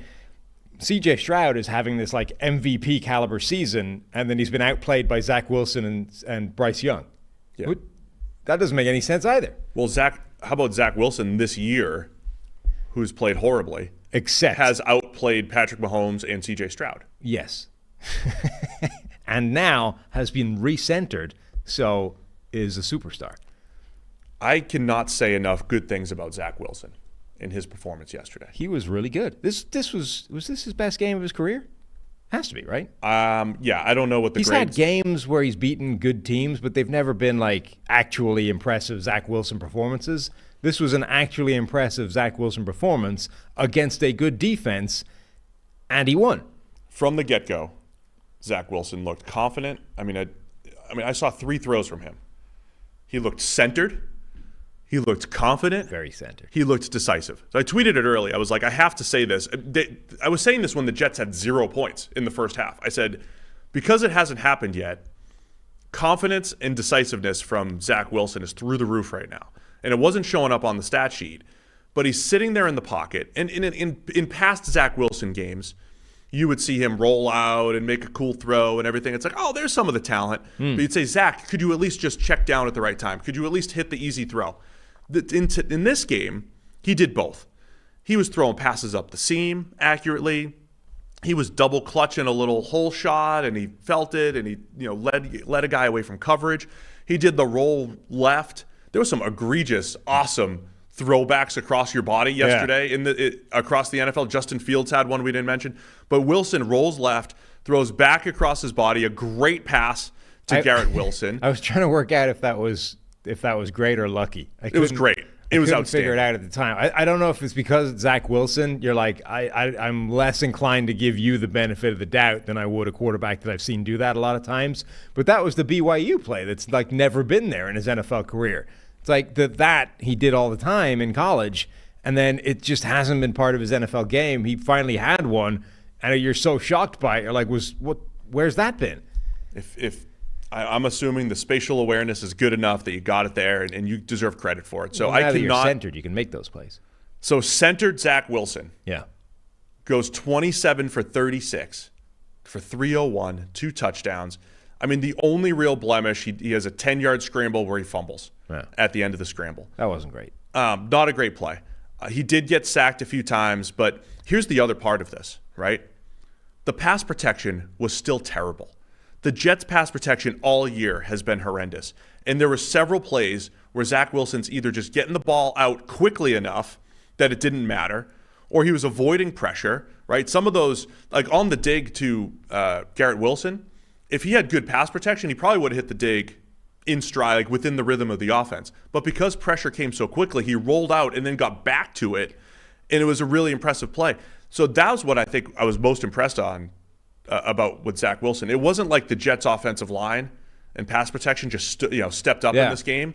They were just as bad as they've been this entire season, and it didn't matter. Wilson was unbelievable in this football game. Well, this is the game. The question all season long has been, like, would it have made any difference if Aaron Rodgers was playing, because the pass protection, the rest of the team is so bad. Like, it's non-functional anyway. Well, this is the game that's like, hey, no, if you get a really good quarterback in the zone, it can work. It works fine. Like Houston's defense is good, and it got a lot of pressure, and Zach Wilson was able to overcome it and play like it didn't matter, which you would assume Aaron Rodgers is capable of doing most of the time had he been healthy and playing. I'm not saying every Rodgers game would look like this, necessarily, like stat line wise, but Rodgers probably would have had a few of these games sprinkled in where the pass pro was terrible. He would still put up good numbers, get sacked a few times. I was just so impressed. And of course, stylistically, it looks like Rodgers, right? He's the jump throw type stuff and the way he switches his feet and kind of, arm angles and the whole thing. I know there's definitely some announcers out there that overuse cliches. I've been overusing the confidence factor for quarterbacks lately. So I will happily admit that. But there's something to it. The way, again, the last few weeks, we've seen Jordan Love look completely different the way he's played football, right? Just decisiveness, knowing when he sees it, he's getting rid of it, the way Jake Browning has played the last few weeks, and now Zach Wilson, even if it's just for one game. This was real. This was a real one game. He had a half against the Chiefs, maybe a little over a half against the Chiefs. He also dropped a snap in there as well. But he had a half against the Chiefs where it was like, wow, there's something there. And then this game, there's not a lot to point to. But when it's been good, it's been good. And this was very impressive by Zach Wilson because he saw it, he threw it, he made special plays. But I think more importantly, he just made the plays that were in front of him and didn't miss that many easy throws. I wonder if the Packers centered Jordan Love just quietly. They just didn't tell anybody about it. They just recentered him. All of Rodgers' proteges have been centered. It makes you wonder whether they should have recentered him earlier. I mean, there was a lot of they should have. Instead of waiting a couple of years. Like maybe if this was the problem all the way along, he's just been off center. Maybe centered Zach Wilson is what they need. They don't need centered Aaron Rodgers. Zach Wilson's enough. If he's centered cheaper. Zach Wilson is actually, the number Rodgers. 2 overall pick and looking like the future, that's recenter the man right away. I think I said this in the preview show. I probably said it about Zach Wilson and Mitchell Trubisky. I was like, you never really know with these guys if like the switch will flip, because Love was start 11 or 12 of his career, and look, Josh Allen showed a lot of positive signs in his first 2 years, but he wasn't that good. But by year 3, he was outstanding. He became a star. Like the switch flipped. You just never know. And again, I'm not trying to overrate one game. You just never know. You're saying this is the Zach Wilson breakout? It's happened now. I mean, the data would say that's unlikely. But this was a completely different. Can you imagine if it happened? The standards have been so low for Zach Wilson. But this is that when you see this, it's like, okay, this looks completely different. Right. But this is different too. Like there have been other games. Again, they beat Philadelphia. They beat Buffalo. Was it last year? Like one of his other previous, what the hell happened there games. But in those games, Zach Wilson didn't look like this. He just played well enough that the rest of the team didn't lose. That's effectively what happened in those games. This game, though, Zach Wilson played genuinely well and was a big reason for them winning the football game. In addition to that, that's why it was 30-6 instead of 12-6. It's like, hey, look, the Jets got another win that wasn't expected of them, and Zach Wilson didn't screw it up. This was different in that I don't think he's had a game like this before, where he's gone out, balled, looked really good, in addition to not screwing it up, actually made a ton of positive plays, and it was a big reason for the victory. I completely agree. That's why I'm saying this. Like when the Kansas City game was real, something switched in that Kansas City game where he was playing kind of like this for about a half, little over a half. Last year when it was like a fake turnaround, he threw a game-winning screen against Buffalo and Josh Allen kept throwing the ball to the Jets defense. That was not a turnaround by Zach Wilson. This one looks completely different, and he did it for an entire game. So we'll see if he could build on it. Was very impressed. I know they didn't score in the first half, but I thought he was still playing well, and then they put up 30 in the second half. So I was really impressed. Also impressed by the Jets' defense. Of course, again, worst game of Stroud's career. He ends up getting hurt. He just got wrecked, man. Head hit the turf. He ends up leaving the game. Davis Mills had to come in. But all season, the Jets' defense, I know their corners are good. DJ Reed, Sauce Gardner, the middle of the defense has been so good. I got to go back and rerun the numbers. It's like EPA per play thrown to the middle of the field against the Jets is so low compared to every other defense in the league. Their linebackers, C.J. Mosley made some plays. Quincy Williams is having a great season. All of the stuff that our friend Bobby and the Texans and the Shanahan tree, all that middle of the field that they open up schematically, closed in this game. And whatever it was with Stroud, when he would get back to his second read, not seeing a linebacker there. That's a turnover-worthy play. He was putting the ball in harm's way.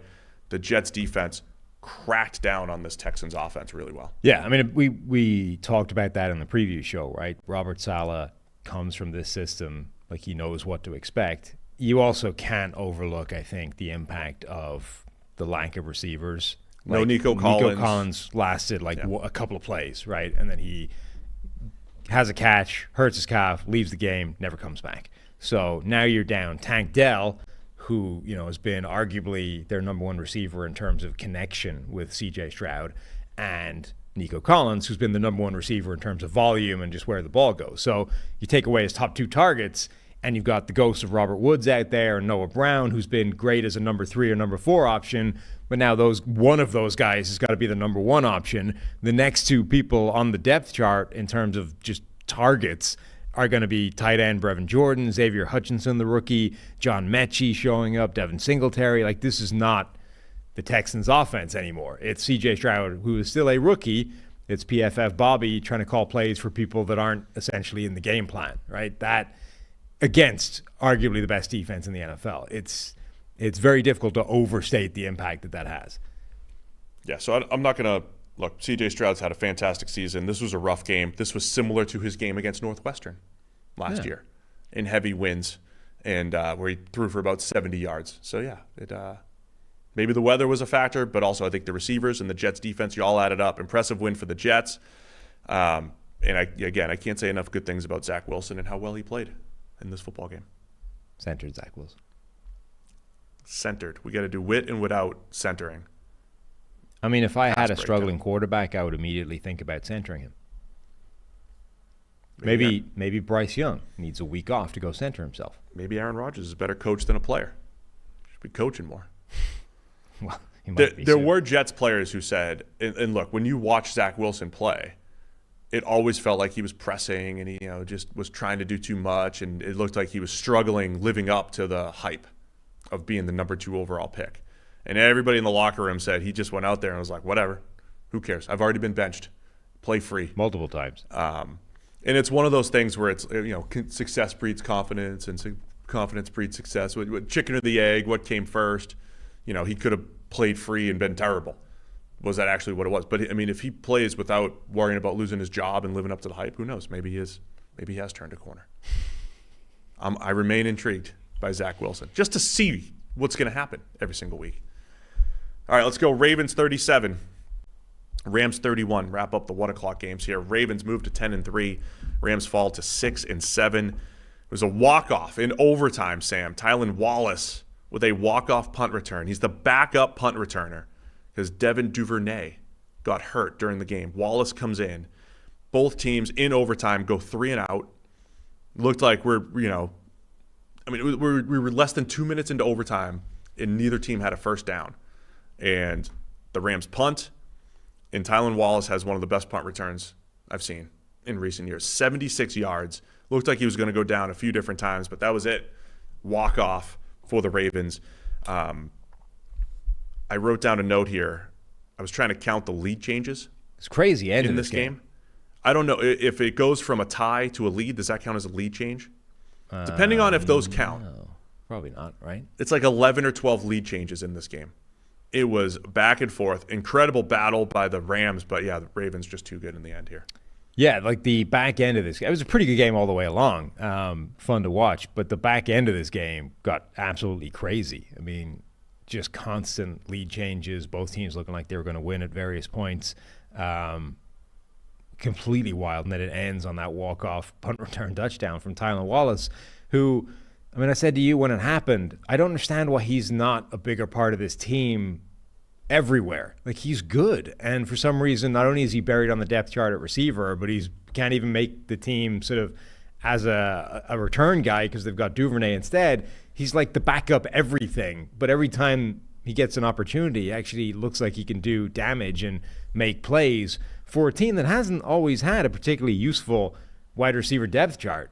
And the guy still can't get many opportunities. It's kind of strange. Yeah, I don't think did he not run fast at the combine or something? But he looked fast on the field and he made a lot of plays on the ball. But I mean, this was a crazy impressive punt return.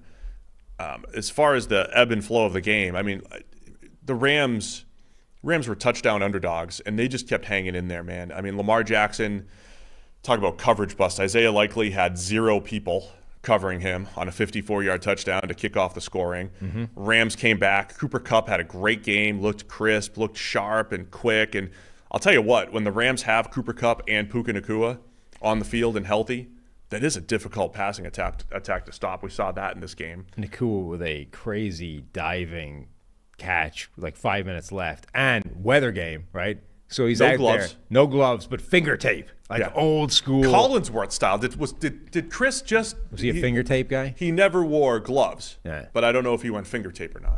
The only Dallas Clark, I think, used to do finger tape sometimes. Yes, Dallas Clark reminded me a lot of Dallas. Like that's the name that jumped to mind when I saw like diving, perfect hands catch with just the finger tape. That's okay. Dallas Clark's definitely the right one. Yeah. We had a 46-yard touchdown to OBJ in there, where again he got behind the defense. Dude, this was another game where there's a lot of just total coverage busts in this game. Like yes. they were the Ravens kept running double moves, and the Rams were just biting all over the first move and wide open on the double. So OBJ gets wide open on this slant and go. Later on, they did like an in and go, like a dig and then up. But every time they ran a double move, the Rams just bit all over it and were wide open on the second one. So a couple other highlights here. It's 20-20, around the middle of the third quarter. Everybody tags me when Tyler Linderbaum does something good, usually. But this time I got tagged Tyler Linderbaum, playmaking center, because he snapped the ball when Lamar Jackson wasn't looking. Yeah. So that ended up as a safety. So that was one of the lead changes. The Rams go up 22-20. So that's a lead change, right? It was 20-20. The lead didn't change, but there became a new leader. The Rams go up 22-20. When you said the lead didn't change, I think that's the problem. Okay, so there was only 11 lead changes or whatever I counted. So the Rams go up 22-20. Ravens come back with a field goal. They're up 23-22. And then inside of 5 minutes in the fourth quarter, we have the Rams going 85 yards with Matthew Stafford to DeMarcus Robinson for a 5-yard touchdown. Then the Ravens came back with what could have been the game winner. Lamar Jackson on 3rd and 17 hit Zay Flowers for a 21-yard touchdown. Great throw and catch by both players there. Credit. Give Flowers his flowers, man. That's the only time I'll use it. Give Zay his flowers. Also got the 2-point conversion. So the Ravens are up 3, 31-28. An octopus, they call that. And by they, I mean just the announcers. What'd they call it? An octopus. When you get the touchdown and the 2-point conversion, 8 points. So you get the octopus. Never heard that. You've never heard it? So the only people I've ever heard say that are announcers, but all of them do it. Every single announcer seems to know the term octopus because when a player does it, they all say. And like they're the only people I've ever heard say that. Is that like they're the only people who use the word ensuing in the in the English language, the ensuing kickoff? Yeah. That's never used in real life. Right. So the Ravens, after the octopus by Zay Flowers, they're up 31-28. The Rams come back and kick a field goal with 11 seconds left to tie it at 31 to go to overtime. A couple interesting plays here, though, because the Rams had one timeout with 17 seconds left, and they used it to avoid a delay of game. And I'm not saying that would have been the difference in the game, but it is just Sean McVay is a great coach. It is just unbelievable how many times a play call they end up having to take timeouts because the play call's not getting in for whatever reason. And I think that hurts the Rams' opportunity to at least take a couple shots at the end zone. That's all. Where's my note on it?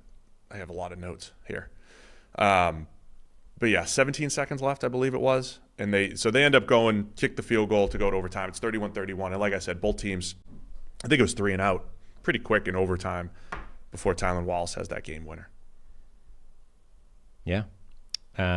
Big performance of the Rams by Davis Allen. forced into the bench, the rookie 5th-round tight end. Caught a screen for a touchdown. Yeah, they needed him on a few plays here. Yeah, 4 catches for 50 yards. 2 first downs, the touchdown. He was part of that whole offense that was moving the ball. Cooper Kupp, Puka Nacua, and rookie Davis Allen, which means the entire depth chart of contributors for the Rams is with basically 5th-round picks. Yeah.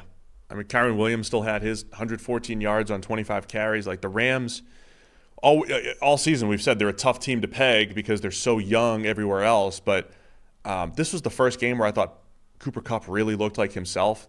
Just had that feel, the quickness after the catch. And then there haven't been too many games where not only was Kupp healthy, but him and Puka Nacua playing well at the same time. It's also DeMarcus Robinson is now wide receiver 3 over there, which is kind of funny. He had a couple big plays on those comeback drives, and Stafford, spreading the ball around. I mean, the Rams, it's an intriguing group of playmakers. I just think the rest of the roster is so young that they get overwhelmed in games like this where it's tough to hang with the Ravens. Aaron Donald was on a mission to try and sack Lamar Jackson. He hasn't got him yet in his NFL career. I forget what the number was. They gave the number of quarterbacks that Aaron Donald has sacked in his NFL career, and it's like 52 or something. Wow. Like it's over 50, and that's half of his sacks. Like he only gets he gets one guy and then moves on to the next one, right? And just gets a ton of pressure and only sacks the guy once and then moves on to the next quarterback. But he's never got Lamar. And this game was like an entire game of Donald just whooping the lineman and then like scrambling around after Lamar Jackson trying to get him down behind the line of scrimmage. Never got it done, but like had a ton of pressure and a bunch more plays where he beat his guy with the ball's gone and didn't get a chance to be pressure. Was on a mission to try and get Lamar as a sack. Lamar Jackson did it. He did a great job avoiding sacks. He had four first downs on the ground. Only ended up getting sacked twice. He did do a good job maneuvering the pocket a bunch. I also thought this game did a nice job highlighting, for the first time in Lamar Jackson's career, having this plethora of playmakers, even with Mark Andrews out, having an OBJ for a big play. Isaiah Likely, I know, was a coverage bust, but he's been pretty solid since Mark Andrews got hurt. Having Zay Flowers, Nelson Aguilar and Rashad Bateman got in the mix and everything. I mean, it's the best group of playmakers that they've had, other than like maybe a small stretch, maybe 2 years ago when they had Marquise Brown still on the team and Bateman. They had guys healthy, but it's the best group of playmakers they've had. And I think you credit the Ravens because they're able to play in these shootouts, man. If they didn't lean on the ground game as much as they normally do. They won through the air. And of course with a walk-off punt return as well. Mm-hmm. But one other thing to keep note on, breakout superstar Kyle Hamilton left with an injury. I think he's getting tests done today to see the extent of it. That's all. Yeah. I got no more use for this game. No, this is where you move on to the next one. Ravens are 10-3 and in sole possession of first place in the AFC, pending the Dolphins game tonight. But Dolphins are 9-3. But the Ravens creeping closer to that number 1 seed, which they did have in 2019 during Lamar Jackson's MVP season. All right, let me find it so I can tell you about our friends over at AG1. Before we get to the 4 o'clock games, just teaser alert, coming up soon, we're going to break down a 3-0 game. Coming up soon. Don't touch that dial, as they say. 3-0 game coming up. But first, got to tell you about our friends over at AG1, the daily foundational nutrition supplement that supports whole body health. We drink it every day here on the PFF NFL podcast. Love it because we get all those supplements and nutrients all in one place with our AG1. Drink it in the morning with my coffee. Maybe that's why I got to, whatever. Makes me feel great. Take on the day, get a little caffeine, get some nutrients, get everything I need for my body to feel great and have a great day. All great athletes have one thing in common. They take care of their bodies, and it's a huge part of that does start with optimizing whole body health. A lot of them also drink AG1. That's why I'm a huge fan. With every daily serving, I'm setting myself up for success with 75 high-quality ingredients. They give me key daily nutrients that support energy, focus, strength, and clarity. It's this micro habit that delivers macro benefits and helps just about everybody take great care of their health every single day. Also like that it costs less than $3 a day. Pretty good deal. If you ask me, it's a really effective daily habit with high-quality sourced ingredients. Win-win for everybody here on the PFF NFL podcast. So, if a comprehensive solution is what you need from your supplement routine, then try AG1 and get a free 1-year supply of vitamin D and 5 free AG1 travel packs with your first purchase. You got to go to drinkag1.com/PFF. That's drinkag1.com/PFF. Go check it out right now. All right, on to the 4 o'clocks. You ready? Mm-hmm. Minnesota Vikings 3, Las Vegas Raiders 0. You know what else is turning 38 today? What's that? The Naked Gun movie. They're just things that haven't happened in a long time. The Naked Gun movie came out 38 years ago today. That's about the kind of... What else was 38? Well, that's about the kind of number of years you have to go back to find all of the possibilities that this game was going to run into. 38 years? Score. Yeah. Well, there was a 3-0 game in 2007. Steelers-Dolphins. Yes. Monday Night Football. 2007. I remember that game. Then there was the previous one before that was 93. Then there was 82. Apparently 3-0 has happened 60 times, but most of them were in the 30s.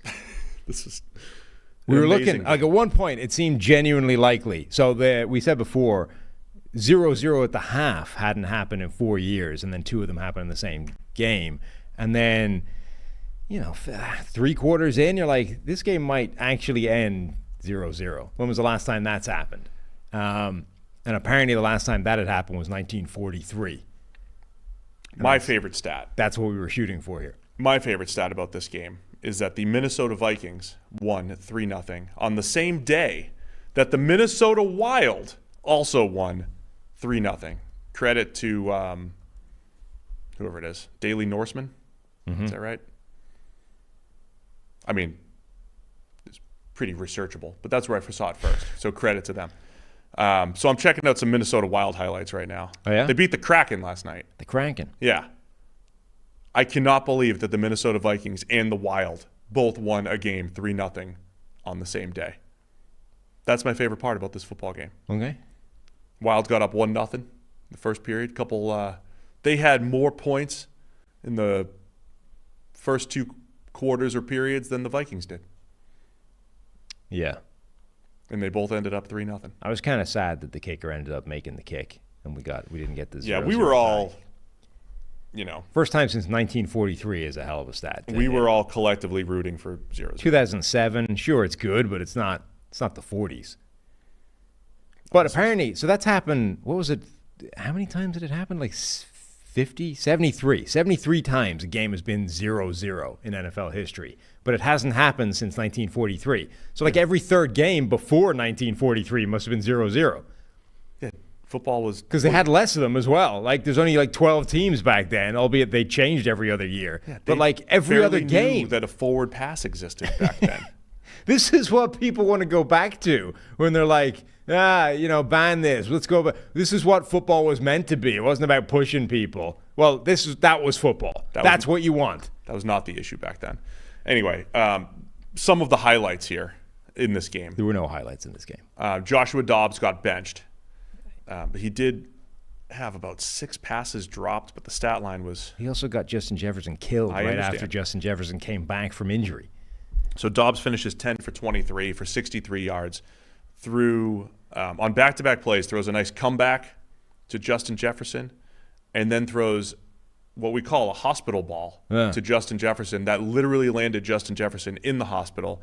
I've seen reports that there's questions about ribs and a multi-week injury here. But he throws an extremely high pass over the middle to Jefferson, who gets popped, and he ended up having to leave the game. Josh Dobbs also left the game, coach's decision, in favor of Nick Mullins. They termed it on the broadcast, Kevin O'Connell looking to try and spark the offense.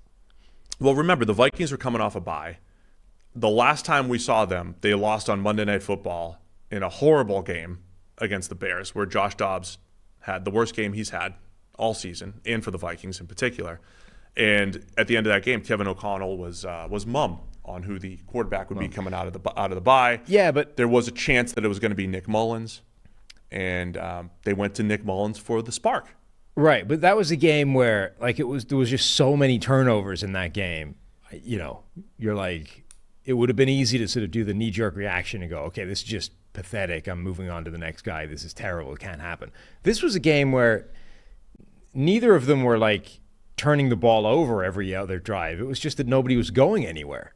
Like, there was just no offense. It wasn't catastrophic turnovers left, right, and center, and the ball is just like you can't get out of your own way.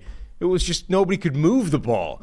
So Kevin O'Connell, a guy that's come from, the Los Angeles Rams where they set records and put up points everywhere, had a really good offense in Minnesota. Like, there's only so long the man can watch that happen before he's like, I have to change something. I can't have my name associated with a 0-0 tie. I need points. And I don't care if it's Nick Mullins or a rookie or anybody. I'm changing the quarterback right now because this can't happen. That's what he did. That's what he did. And Nick Mullins got nowhere either, except the 3 points. He got the 3, therefore he won. Ivan Pace Jr., the rookie linebacker, with the game-sealing interception. He then proceeded to run to the end zone for the celebration and did a backflip. Yeah. Which made me ponder, the NFL loves guys who can do backflips. If you can jump out of a pool, if you could do a backflip, we love that stuff. How did Ivan Pace Jr. go undrafted if he could do a backflip? Because he's a great football player and he can do a backflip. It's a great combination. Huge miss by scouts last spring. I mean, was there video evidence of him doing a backflip? Maybe it's on him. Right. That's what I'm saying. Like that should have been like, forget positional drills. That's what you do at your pro day. You got to put an Instagram video out there of you doing a backflip. Pro day. A couple other nuggets from this game. I have to see what the 49ers ended up, but I'm pretty sure the Niners had more yards than both teams combined here. The Vikings finished, yeah, they definitely did. The Niners had more yards on their first 40 plays than the Vikings and Raiders had in this entire game. Vikings finished with 231 on 71 plays. Raiders finished with 202, 3.3 and 3.8 yards per play. I was going to say, there's got to be some fun box score numbers about this game. That's the fun one. That's about it.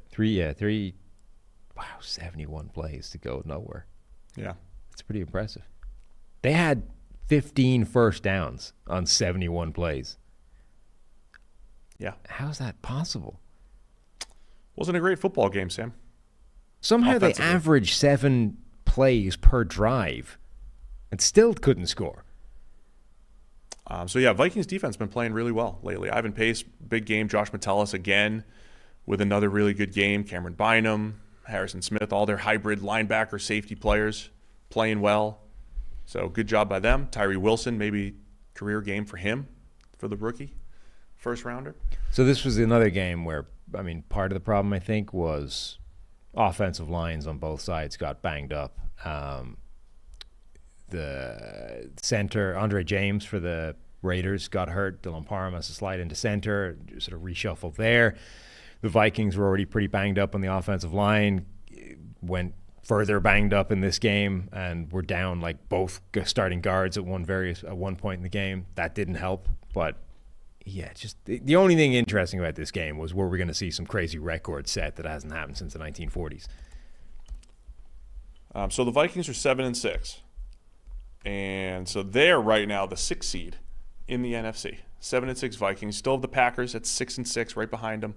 And then 4 teams are 6-7. So the NFC has 4 6-7 teams. The AFC has 6 7-6 teams. Get all that? Mm-hmm. So Rams, Seahawks, Falcons, and Saints all 6-7. About a game, or exactly a game, behind the Vikings, who are the 6th seed currently. They'd be at Detroit if the playoffs started today. 6 versus 3 battle. Raiders fall to 5-8. Got no more use for this game. Never did. San Francisco 49ers 28. Seattle Seahawks 16. Niners move to 10-3. Seahawks fall to 6-7. Niners did it again, man. Kicked it off with Christian McCaffrey, 72-yard run on the very first play from scrimmage. And then the fantasy community was very upset that Jordan Mason, what do we call that? Vulturing, I'm sorry. So in baseball, if you were a pitcher and you blew the save and then your team came back to win, we'd call that vulturing a win. So Jordan Mason, vultures the touchdown for the fantasy community. But McCaffrey finishes with a $145 on 16 carries. And Brock Purdy, again, 19 of 27 for 368. It's 13.6 yards per attempt. Deebo Samuel, another huge game. Brandon Ayuk, another huge game. George Kittle, all of them are great. Still don't know how the Niners only scored 28 points in turnovers, but dominant outing again by this Niners offense. Yeah, against the Drew Lock-led Seahawks, because Geno Smith doesn't play. Correct. And that, I mean, you just that information alone, you're like going up against the 49ers, and if you were told also the 49ers basically scored immediately, you're like, oh, this is going to be a blowout, not even close. But Drew Lock and the Seahawks hung pretty tough. They came back in the game, they made it an encounter, and then the 49ers eased away just the longer the game went, because you can't stop all of those guys for the whole game. Like, you can stop most of them most of the time, but then one guy is going to get open or bust off a play or, break some tackles, and then before you know it, it's a big play and you're done.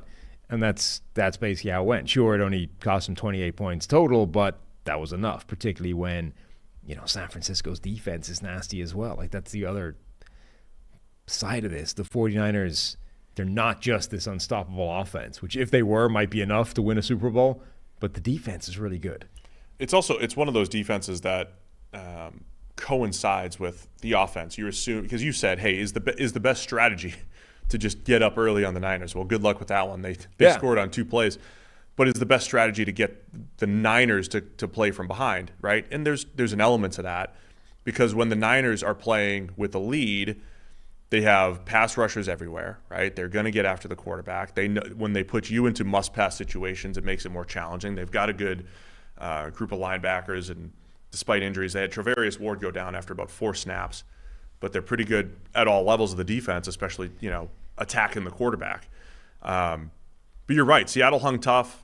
It was 10-7, and that first touchdown, Drew Lock to DK Metcalf. I don't know if your thoughts on it. We were debating in the grading chat what we thought Drew Lock was trying to do.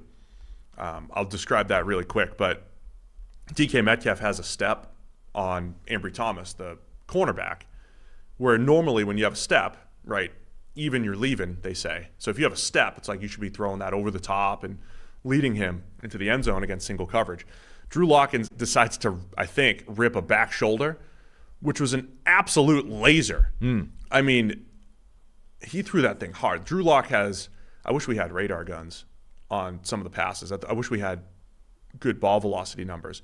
I feel like Drew Lock, including the preseason, has some of the fastest just laser beam throws in the NFL. That's what this one was. It went right by Thomas.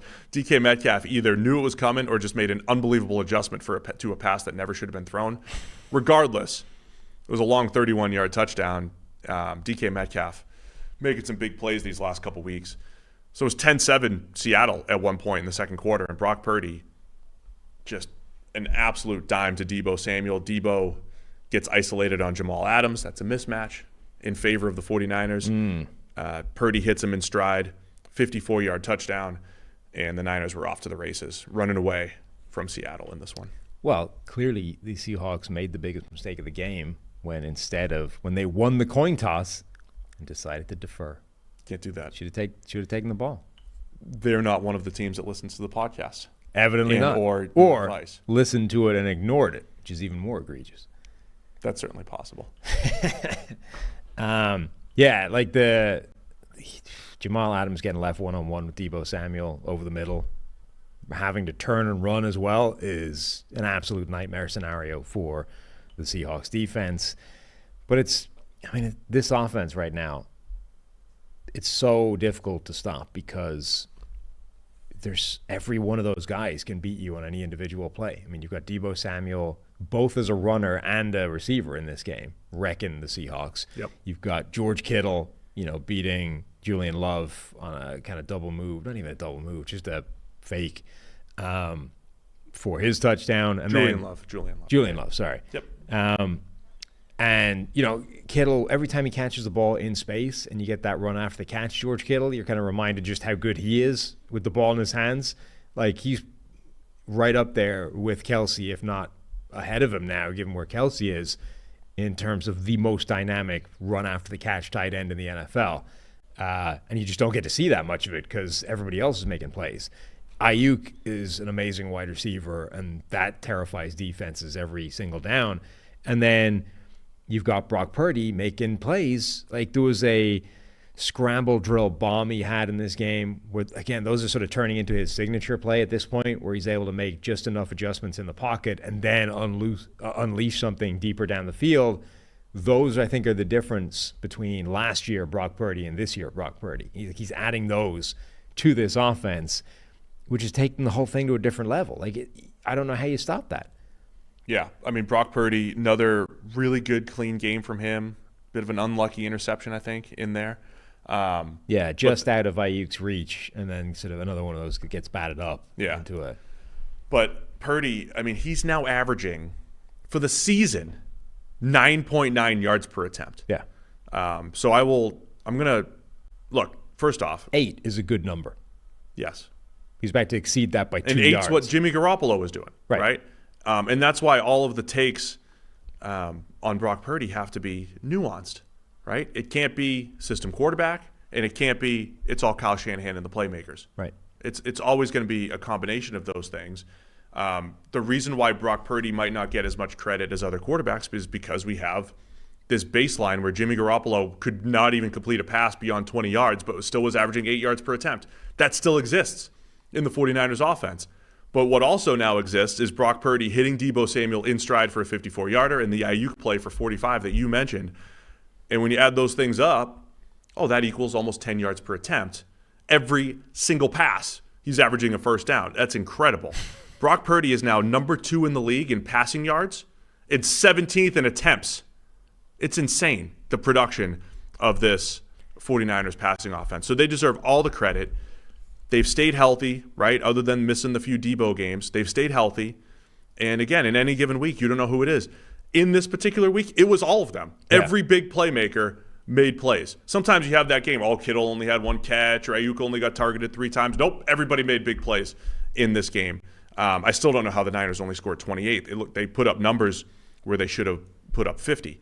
The Niners averaged 9.9 per play in this game. So they averaged a first down per play on 53 plays. And the thing is, they basically don't need to target anybody that isn't one of those most best playmakers. Like, they put the ball in the air, 25, 26 times, whatever it was. And Deebo Samuel got 9 targets. Ayuk got 8.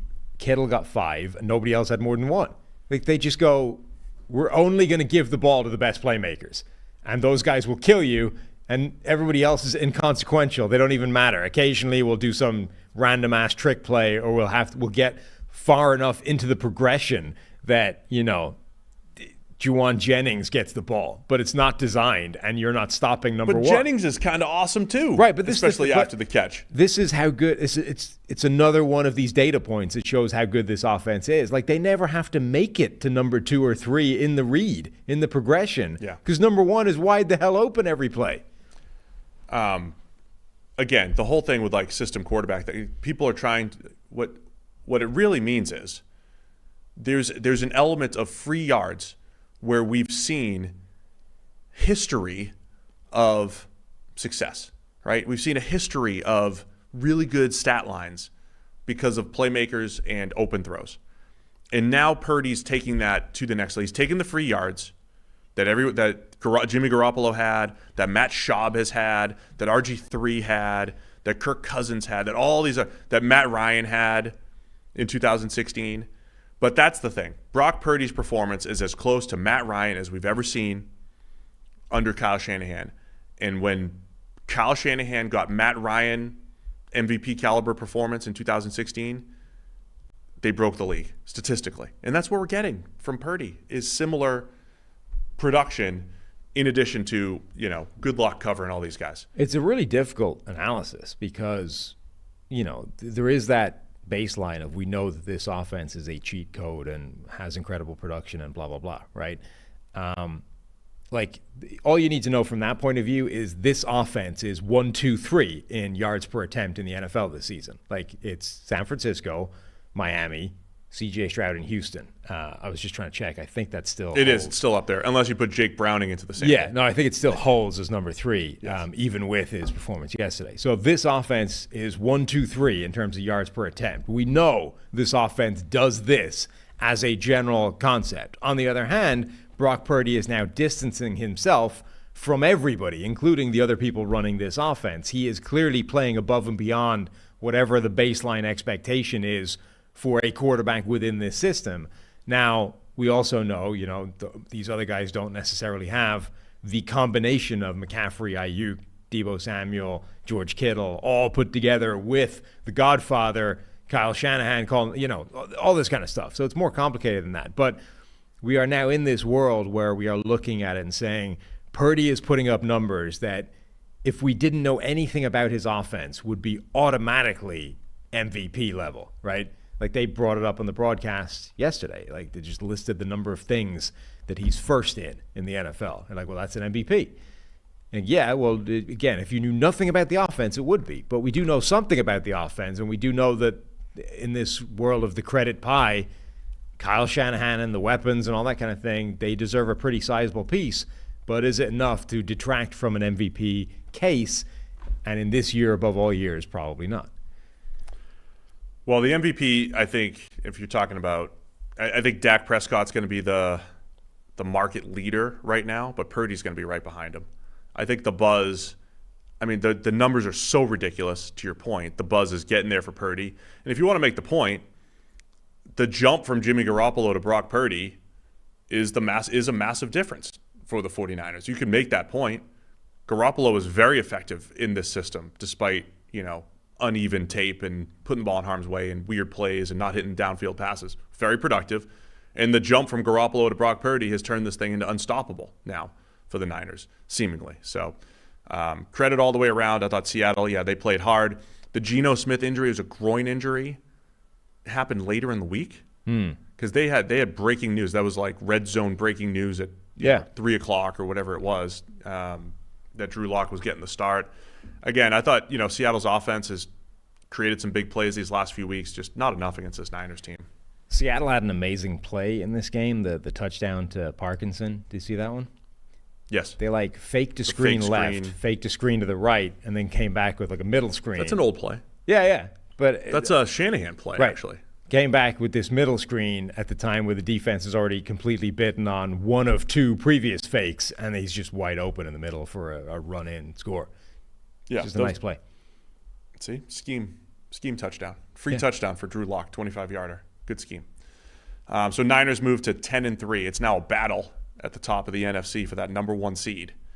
You've got the 10-3 Niners and the 10-3 Cowboys. Of course, the Niners have the tiebreaker. So, as of right now, playoffs go through San Francisco. They have the tiebreaker over the Cowboys and the Eagles, really. So, Niners control their own destiny, as they say. All right, we got to move on. I got no more use for this game. Let's get this Denver Chargers game out of the way. We'll get to the other stuff. Broncos 24, Chargers 7. Broncos move to 7-6. Chargers move to 5-8. And perhaps more importantly, Justin Herbert has broken a finger on his other hand. So he's now broken his throwing hand on his left hand, but now his throwing hand and sounds like he's going to be out for the season. Yeah, index finger. Kind of important. Yeah, for throwing a football. So Chargers, rough season, gets even worse. They're 5-8, and a guy, forget it, Easton Stick is taking over. Yeah. He's hockey equipment. Easton Stick. Just saying. Easton Stick, who's has about 1,000 preseason dropbacks in his career, is now going to be probably starting going forward here for the Chargers. Yeah, sometimes the backup quarterback is a very different style to the starting quarterback. When Jake Fromm was backing up Josh Allen, you're like, how does this even function? Like, these are completely couldn't be further apart in terms of skill sets, style, everything is different. Easton Stick is like a bad tribute band to Justin Herbert.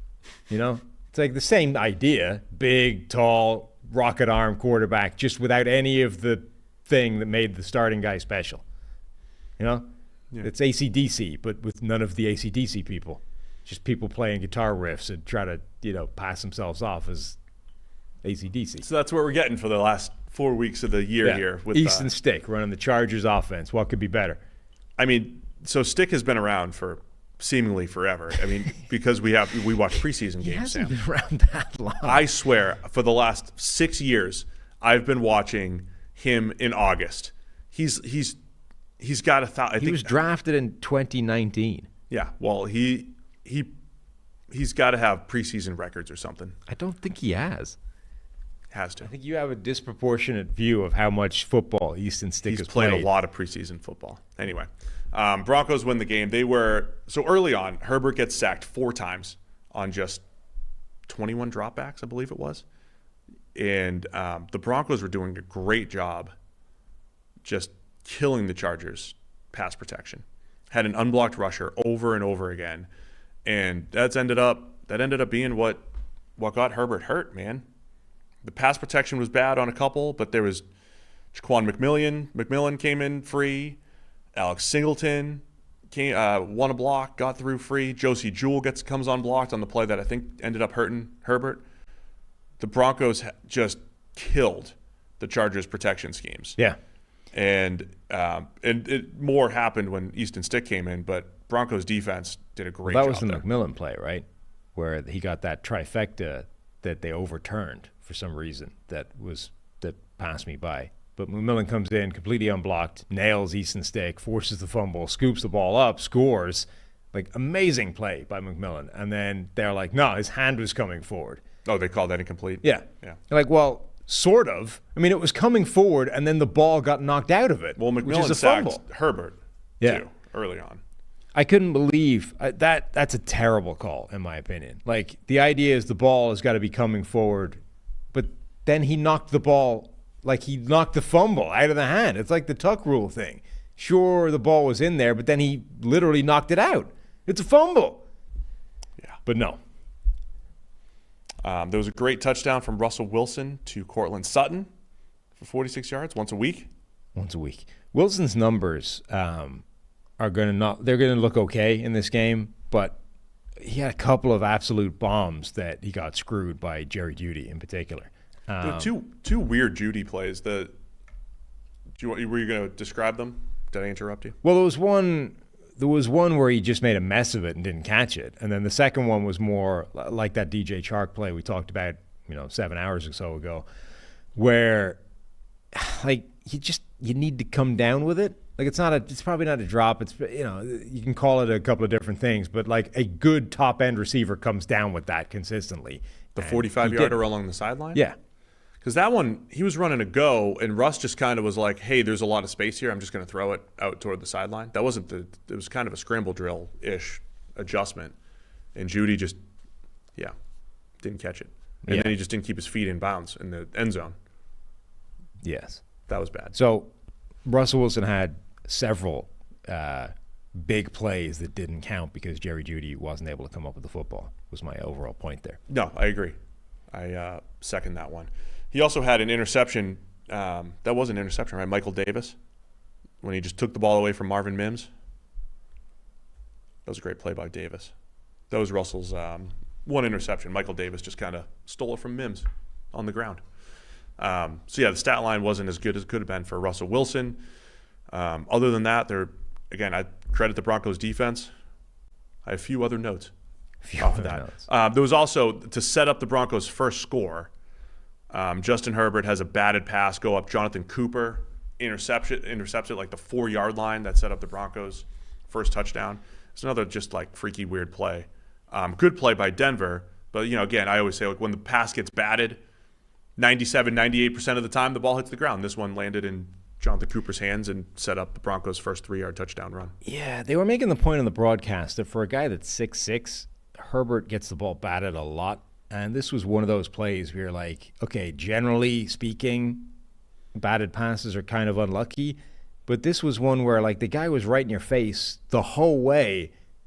He tried to throw it through him. Yeah, it's exactly what happened. He looked, there was a guy crossing in behind the line of scrimmage. You sort of, you're looking beyond the pass rush to that open layer of the defense trying to find a receiver, and it's there, but the guy is right in front of you. You have to You have to be aware that what I'm attempting to do right now is to throw the football through a body, and that's just not going to happen. So there is a degree to which Herbert does seem to be the architect of his own demise sometimes. But batted passes, again, have nothing to do with height. It being an interception is unlucky. That's unlucky, right? And But he still tried to... Yeah, but yes, at some point, the volume of which you are allowing that to happen is kind of on you.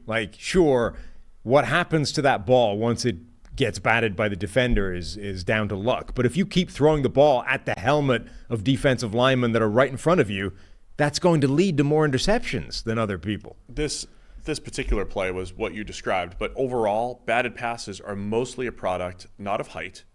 Arm angle is one of them, but it's about where you're throwing the ball. When you throw the ball short over the ball, the middle of the field, you're going to have more batted passes. And Herbert has historically thrown the ball short a lot, right? So he has a lot more batted passes. It's not a height thing. Sometimes it is. Sometimes you see Baker Mayfield just, too short, gets batted. But most of the time, when you throw short over the middle, the trajectory's lower, it's easier to bat. It's also more, I think where it's a height, where height factors into that kind of thing is you simply lose vision in the pocket and therefore start throwing the ball into weird places or in weird circumstances. And that's how it starts getting batted away. When you're 6'6", you should have a pretty good bird's eye view of what's happening behind the pass rush and therefore be able to maneuver to get rid of the ball. That's where it would be a factor, as opposed to simply you are 6 inches shorter, therefore it's coming in right at defenders. That's not how it functions in my eyes. This apparently was the first division road win for Denver since 2019. What? Yeah. Wow. That's pretty bad. Right? Good for the Broncos, who are now 7-6. Along with everybody else. And one game out of first place behind the Chiefs. Mm-hmm. So, ranking the 7-6 teams for the 12th time here today. Steelers, Colts, Texans, Broncos, Bengals, Bills. That's the current. The Broncos win the tiebreak over Cincinnati based off best win percentage in conference games, and they win the tiebreak over Buffalo based on the head-to-head sweep, 1-0. So that's where the Broncos are right now. 7-6, one game out of first place. Amazing turnaround by this defense compared to where they were earlier in the year. Full credit across the board. Give them their props. And not looking good for the Chargers going forward. Got no more use for this game. Why are the Broncos one game out of first place? Well, because the Buffalo Bills, 20. Kansas City Chiefs, 17. Bills move to 7-6 with the rest of the teams. And the Chiefs fall to 8-5. There's a lot to discuss in this game. It was supposed to be one of the games of the year, and it was for various reasons. Buffalo was moving the ball early and often. They got up 14-0, looked great, and then Kansas City's defense cracked down. Buffalo was not getting anything going. Buffalo, again, up 17-7 into the second half. Kansas City comes back to tie it at 17. And then all the craziness. It looked like it was going to happen again for Buffalo. This was a lot like the Bills-Eagles game, right? Where Buffalo was by far the best team, certainly early. Get out to the big lead. They get that batted pass interception off Mahomes right away. Allen, great play, A.J. Epinesa, by the way. Yeah, Allen was, again, had determined that he had to do it all on his own. The idea of any kind of protection for him in the offense gone out the window. They're just go make a play. They get the rolling maul touchdown where Allen runs into a mass of bodies at the 4-yard line, then the entire offensive line just piles in behind him. Wouldn't you run more rolling mauls with Josh Allen? 100%. Yeah. So everything's going well for Buffalo. He has this 4th-and-1 play, which I think was indicative of the fact that he's playing quite well and not in meltdown Josh Allen mode. It's 4th-and-1. He bails, he rolls out to the right, and then he wanted to run and realized, wait, there's 2 linebackers between me and I'm not going to make it. So he held himself back, and then because he was sort of paralyzed, there wasn't really a pass open either. So he kind of dithered, do I run, do I stay? And then just sort of lunks around a linebacker and gets the ball to somebody and picks up the first down.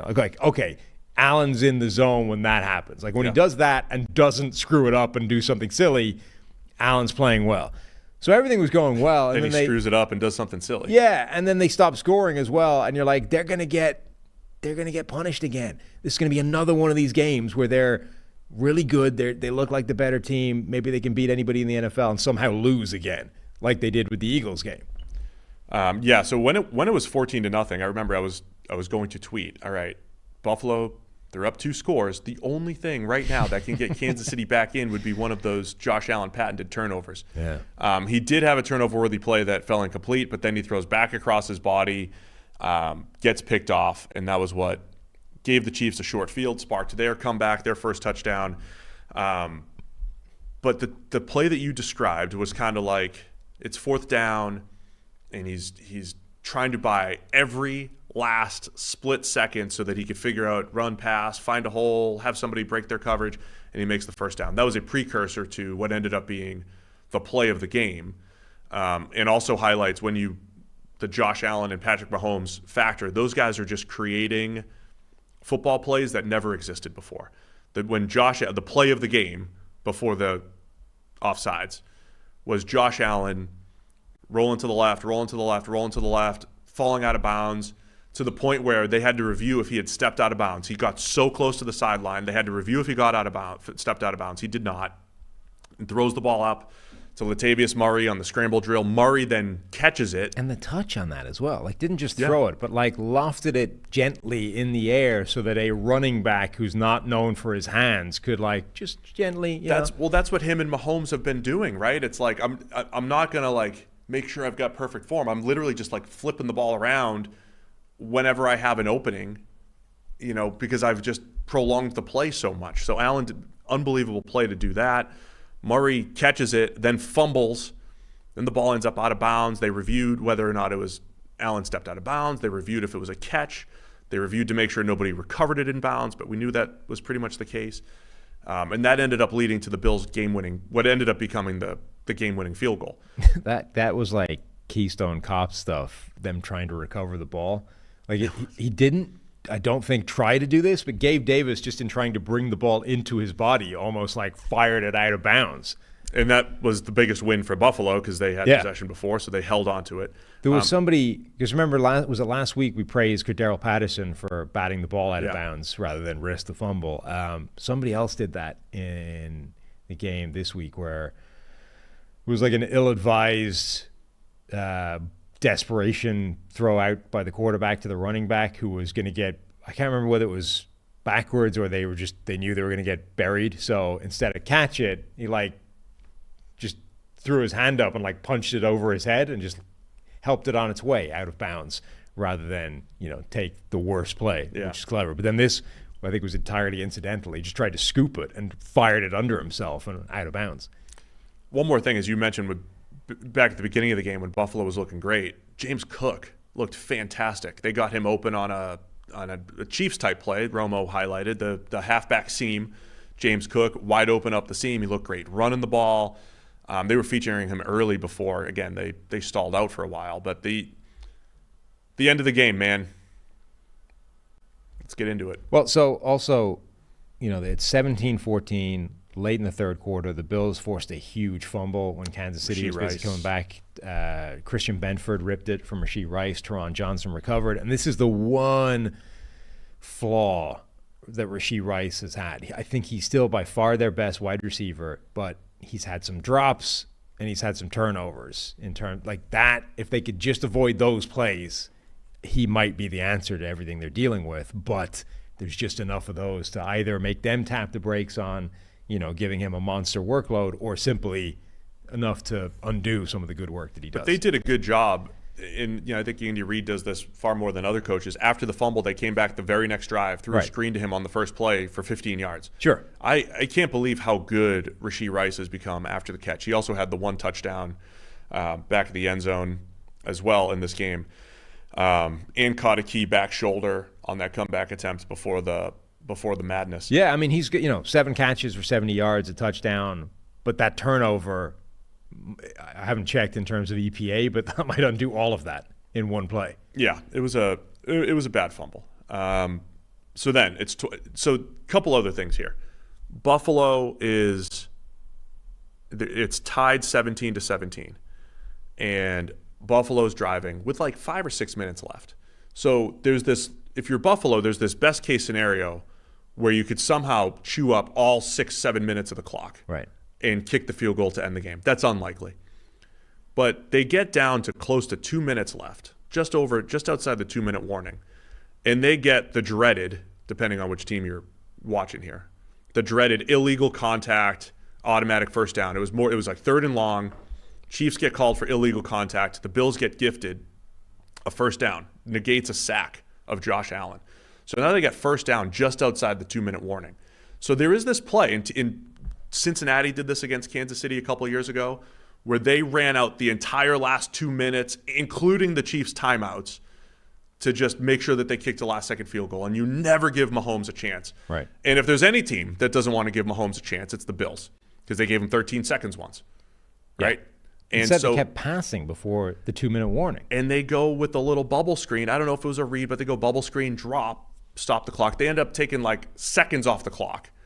And it's 3rd and long. And instead of there was a world where they left the Chiefs either 0 time or under a minute. Well, they ran 3 plays before the 2-minute warning, having been set up with Right. 1st and 10 with 12 seconds before the 2-minute warning. So in 12 seconds, they ran 3 plays. So they end up giving the Chiefs like $150 or whatever it was, and down 3. And it's a different Chiefs team this year, but in the past, that's where Mahomes and the Chiefs usually lead the comeback. And we thought they did. Mahomes hits Travis Kelce on a long pass. Travis Kelce, who has made it a point that it doesn't matter where I am on the football field or who's near me, I'm just going to fire passes. Doesn't matter. I'm just going to start chucking passes. God, I love on this top sport. of that, all right, underrated in this whole thing, he threw it to Kadarius Toney. Yeah. He was like, sure, I trust you. Maybe that's what's missing here. Maybe Patrick Mahomes doesn't have the same level of confidence that Travis Kelce has in Kadarius Toney. Because with the game on the line, Travis Kelce, who's getting into field goal range, is like, let me just lateral this thing. Just a little faith in your playmakers. Have a little faith in Kadarius Toney. Now, Toney, granted, had a little head start getting down the field on this particular play. Had a little head start getting down the field, and that's why he was there for the lateral. So Travis Kelce hits Kadarius Toney with a throwback lateral that would have been the go-ahead touchdown in one of the most ridiculous great plays in NFL history. It was insane. However, and then when the refs say offsides, you're like, oh, of course that's on the defense. Offsides, offense. It was on Kadarius Toney. This play was insane. Like, I've been talking about this for a long time. The concept that adding laterals after the catch, adding in actual elements of rugby to football is, I honestly believe it's like the next phase of potential cheat code offense, right? There's a world that can open up if you simply trust players to execute a fairly basic skill that can propel an offense in a completely different dimension, right? It's the reason they don't do it is the concern of a fumble, right? If you screw it up, it's a turnover, and that's a really bad play. Much more dangerous than it is in rugby. But sure, the reason that's so dangerous is because you don't practice it. It's not a thing you do, and it's sort of, the argument sounds a lot like the argument against the forward pass, right? Remember when people were like, well, if you throw the ball, 3 things can happen and 2 of them are bad. Well, we've gone from that to now every team in the NFL passes the ball more than they run it because it's more efficient, it's more dangerous, and it's more effective. This was a play where it's not even designed. Like, Kelce catches this ball in the middle of the field and then, like, runs in a circle trying to find an open guy for no good reason and just spots Toney wide open on the left because everybody, like 3 different guys, are now converging on Kelce to bring him down. And he's like, oh, that means nobody's covering this guy now. I'm just going to pitch in the ball. Fires it to Toney, who now has a walk-in 20-yard run for a touchdown. A couple thoughts here. And my question to you, Travis Kelce is one of the best natural playmakers in NFL history. Mm-hmm. And he happens to be paired up with one of the best natural quarterbacks as far as playmaking goes in NFL history. Yes. Right? So Travis Kelce, they talk about he doesn't even run routes. He just kind of like slaloms through the defense and just knows where to go. He's got instincts and feel. And he's a former quarterback. I don't know if you're suggesting, Devontae Adams to do this or what, because we've also seen what happens when you tell, hey, Jacoby Myers starts to play instinctually. Yeah. Or No. So whatever it might be. What I'm suggesting is not this. This is the thing. What makes this so amazing is it was not designed, it was instinctive, it was ad-libbed, and it was crazy, right?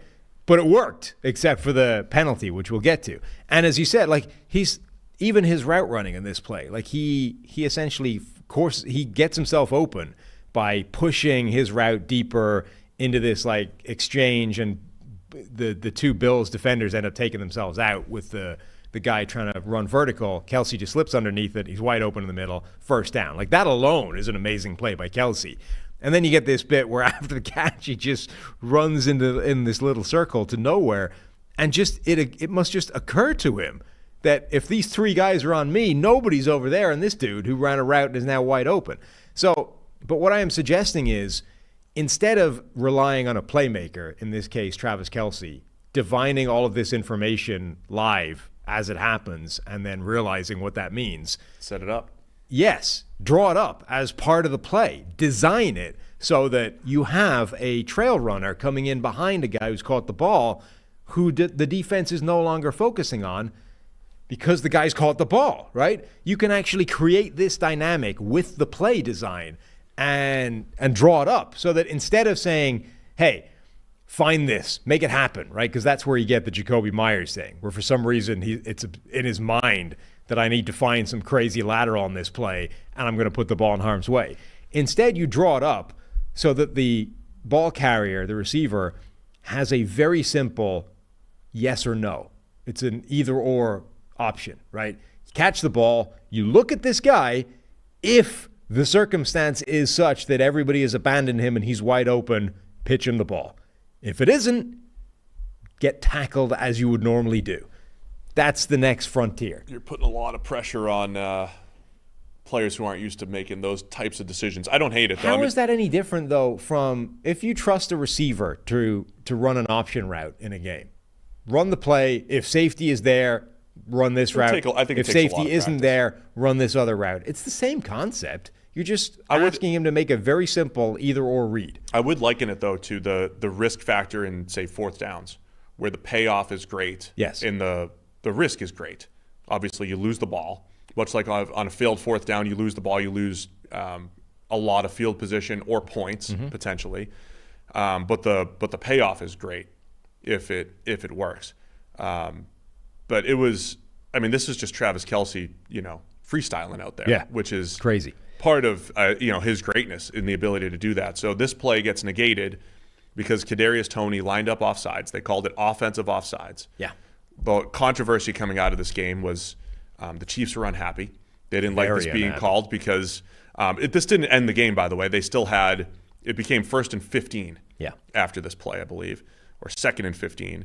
2nd and 15. Yeah, so 2nd and 15. They had three incompletions followed this play for the Bills to seal the deal here. But Mahomes was livid after the game. He has been, we're a week removed from 4 bad calls in the last minute of the Packers-Chiefs Sunday night football game that went 2-2. They went both ways on Sunday night. But this particular play was the right call. He was offsides. The question and the controversy here is, head linesmen, do they have, did they make sure? Did they check? Did they, a lot of times the receiver's going to check, hey, am I good? No, you're not good. Back up. We had the same debate a couple years ago. Terry McLaurin lined up. He was off on the line when he wasn't supposed to be or whatever it was, and it negated a touchdown for Washington. But Mahomes and the Chiefs were livid, and it was the right call, but they were more upset that either there was no warning given or not the time to make that call. But as 5.4 million people somehow have seen, I just tweeted a picture with Romo circling it. Everybody thought I circled it, but it was from the broadcast. And it's pretty egregious offside by Kadarius Toney here. Yeah, so there's a lot to unpack. The first part is you can't argue the call. The call itself. You can't look at it and argue, nah, he's onside, it's cool. It's definitely, clearly, inarguably, he is offside, right? So that part, and even the Chiefs are not arguing that. Like, you listen, and they've made some crappy arguments about this, and they keep arguing it. Like, Andy Reid has whinged about it. Mahomes has whinged about it. None of them are saying he's not offside. They're all just like, anyway. So that part is true. It is. He is offside. Now, a bunch of people are like, oh, how could you possibly line up there? Tony's an idiot. This is ridiculous. Look, it's not as easy as you think it would be to simply be on the line, because the line isn't the line, right? If you look where, is it Rashee Rice on the other side, like where he's lined up?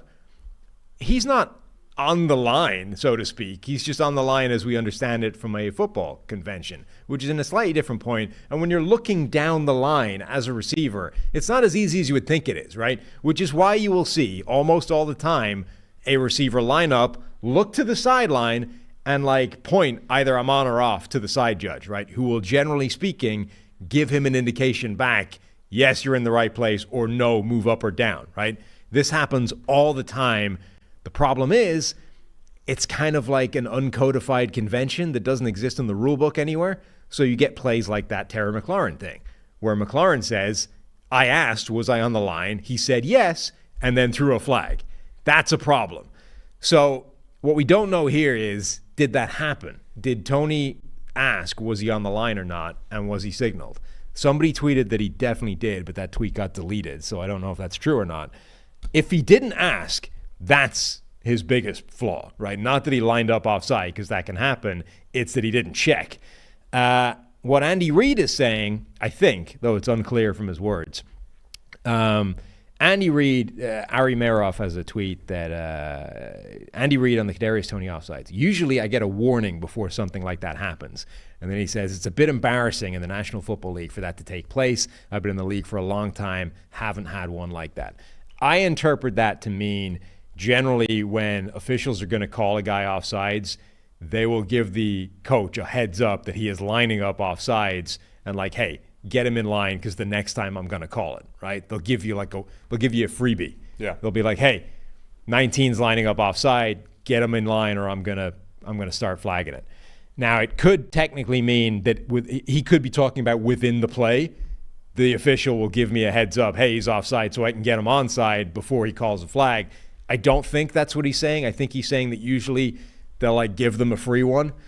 And then Mahomes is just like he's just upset. Like Mahomes is issuing very petulant, whingy answers that I think are simply the product of immense frustration of a season in an offense that is not firing and is not his fault, right? So he's saying stuff like, basically, his argument effectively is it was an inconsequential penalty that didn't affect anything, so they should have just let it slide, you know? His argument's not great. No, it's a bad argument. Mahomes has been. And I think on reflection down the line, Mahomes will probably regret some of the things he said about this. Yeah. But at the moment, the man is deeply frustrated, and you can understand it. He also complained. It's kind of funny. He complained about it to Josh Allen in their post-game handshake. Right. And Allen's like, all right, man. Like, okay, we needed this win. Don't care. Yeah, he goes right out there to the handshake, and it's like, can't believe that. Worst call I've ever seen. Offensive offside. It's crazy. Like, just bitching about it immediately. Having already, like, screamed at the officials and had to have been held back on the sideline, the dude just lost his mind. And I get it. I mean, it is a really unfortunate and annoying way for a game like that to end, and for it to like remove one of the greatest plays in NFL history from that play didn't happen anymore, right? All this, it's the new frontier. Rugby's the way. I have a YouTube video on how rugby could unlock it all. This was your big moment. It was I'm the real loser here. That's the important thing. Your whole brand was going to take off. All gone now. By the way, right, I'm starting to get a little bit annoyed every time the rugby thing happens. I get a bunch of people tagging me, or I tweet about it, and then a bunch of people tag PFT commenter. I'm sure I was at that thing first. I'm older than he is, probably. Right? I'm older than him. It's probably close. Yeah. I don't know. It's close. Anyway, there's no way that he was on the rugby bandwagon before I was. No way. Ain't no way. He's way more famous, though. Hashtag Stephen A. I was there first. Have to have been. Now, he's way more famous. He's more famous, and he's got a bigger platform, and he may have said it to more people, but I was there first. Well, let's get PFT back on the podcast. Friend of the show. We'll get him back on the podcast to break it down and get to the bottom of that. I am older than him. Therefore, I was there first. Good for you. Good for you, man. Yeah, I mean, I think it was Mahomes has been great. I mean, last week Marcos Valdes-Scantling got a piggyback ride to the catch point, and they didn't call it a defensive pass interference, and Mahomes kept back, comes back and say, no, let's win it on the field. He didn't complain. He's been great from a PR perspective. And to his credit, last week and this week is consistent in his argument. Like he is basically like, just let him play. Yeah. Just let him play. That's his point, is don't decide it with the flag. Let him play, and if it goes against us letting him play, cool, but let him play. Like that, week to week, that is consistent. Now, I don't remember him being particularly vociferous at the end of the AFC title game last year of like, hey, don't throw the flag on me getting hit out of bounds. Let him play. His game-winning drive in the AFC Championship, they were stopped on third down, and then a late hit put them in position for the game-winning field goal, and then a 3rd and 4 holding was the reason why we didn't get to see Jalen Hurts try a game-winning drive. So multiple, both the last 2 games. I don't remember him coming out and saying that shouldn't have been a flag. They should have let it go, right? So he did not. There is a degree of, inconsistency there. But at least in the last 2 weeks, his point has been, don't throw the flag, let him decide it on the field. And that's a reasonable point. This is the thing about this penalty call, right? It's correct. It's technical. And the technicality of the penalty just feels crappy, right? It's like, this is the greatest play, one of the greatest plays ever, and you've taken it off the field for what is an entirely correct call, but not one that anybody wants to see defining a game. That's what annoys people. And there's various ways of reacting to that. Mahomes is a sort of toddler-like petulance and just whinging about it. Andy Reid is to say, it feels like he could have resolved this in an unwritten rule type of way and just, gotten away with it. I don't know. That whole area is kind of messy, and I kind of feel like something like this has been coming for a long time, and the NFL should probably clean it up. So a couple things coming out of this. It was definitely multiple weeks of frustration, I think, building up. The Chiefs have lost 3 out of their last 4 out of their last 6. They're 1-3 since their bye. I was trying to hint at this coming out in the preview show. They played the Packers, who were coming off a bye. They played the Bills, who were coming off a bye. They're now going to play the Patriots coming off of a Thursday night game, so the Patriots have the couple extra days of rest. So, again, the Chiefs are now 8-5. They haven't been in this position in multiple years.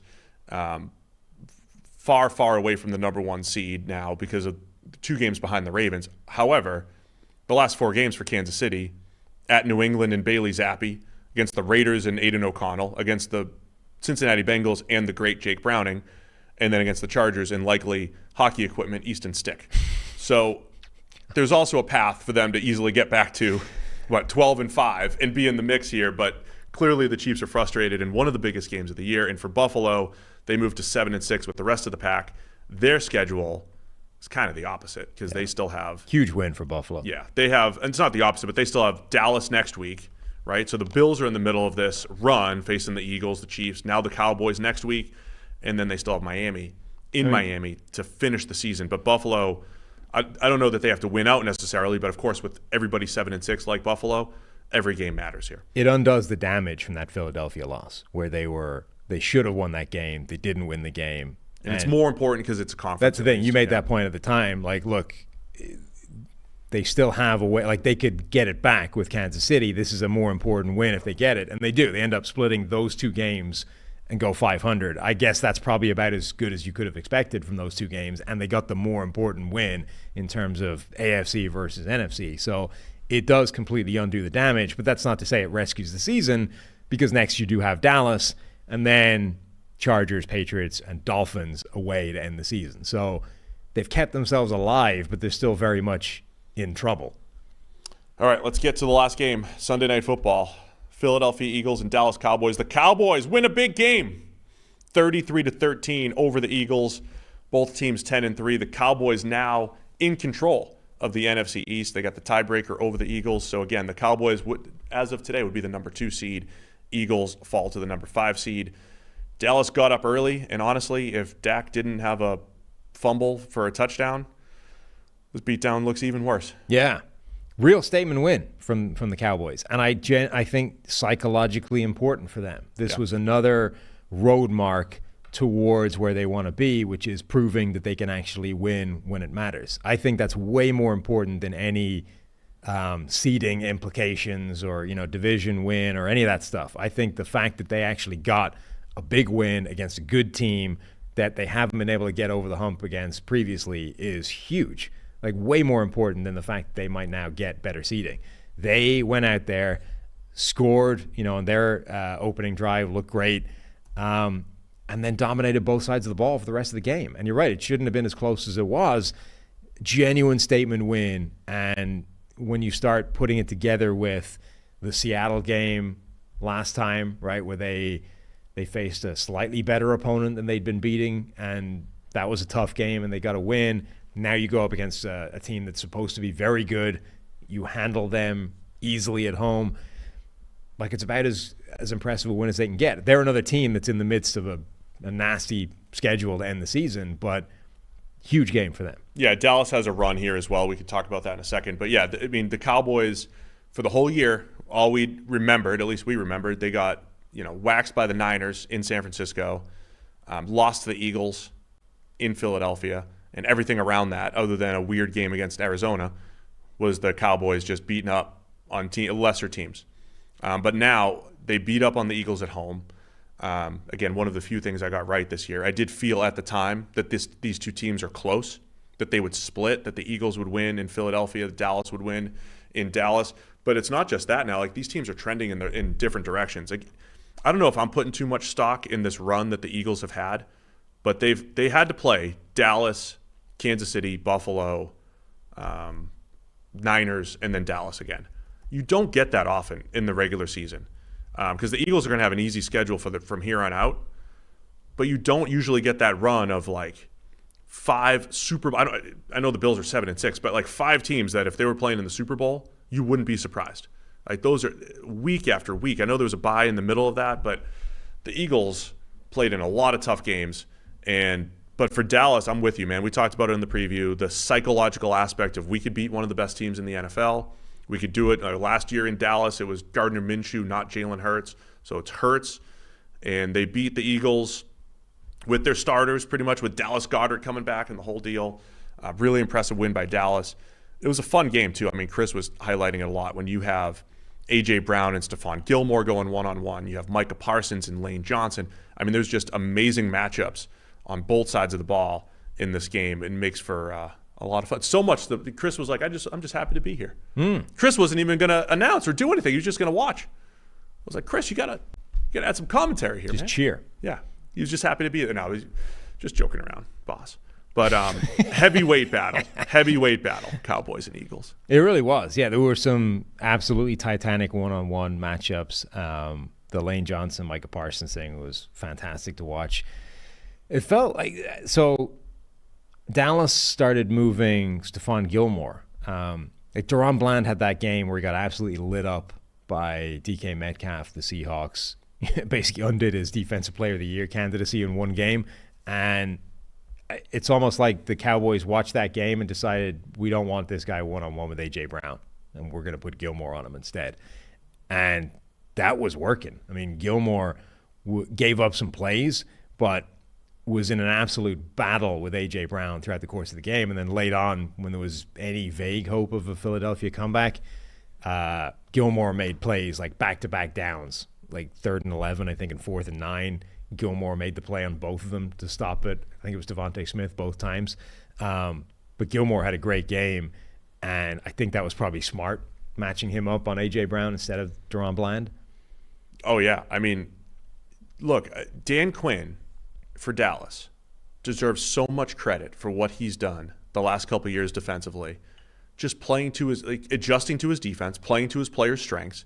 Remember, he came from the Seattle cover 3, and a lot of those disciples, Gus Bradley in particular, and Bradley's a good defensive coach, but they run a lot of the same stuff, right? You play left corner, you play right corner, we play cover 3, seam, the whole deal. And Dan Quinn all of a sudden starts stunting more than ever. Obviously saw enough that Micah Parsons should not be called a linebacker anymore and should be an edge rusher. He adjusted there. He adjusted pretty quickly early in Micah Parsons' career to that. And even something like this. And they've also, as we've said many times, been incredible at forcing turnovers. It's a 3-year deal now for Dallas, the thing that usually regresses, and Dallas is incredible at it. That's the other story of this game. Dallas winning all of the critical downs, right? 9 of 16 on third down, but also forcing 3 turnovers. Jalen Hurts fumble as they were driving. Devontae Smith fumble. A.J. Brown fumble. Dallas recovers all of them. All of those are just massive plays for Dallas. So I think Dan Quinn somehow emphasizing turnovers and still, getting the message across to Dallas and still executing those, but also Quinn adjusting to his players. Outstanding work as defensive coordinator the last 3 years. And he'll be up for a head coaching job again, I think, because of the job he's done. Honestly, he could have been up for a head coaching job 2 years ago, and he kept sticking with it.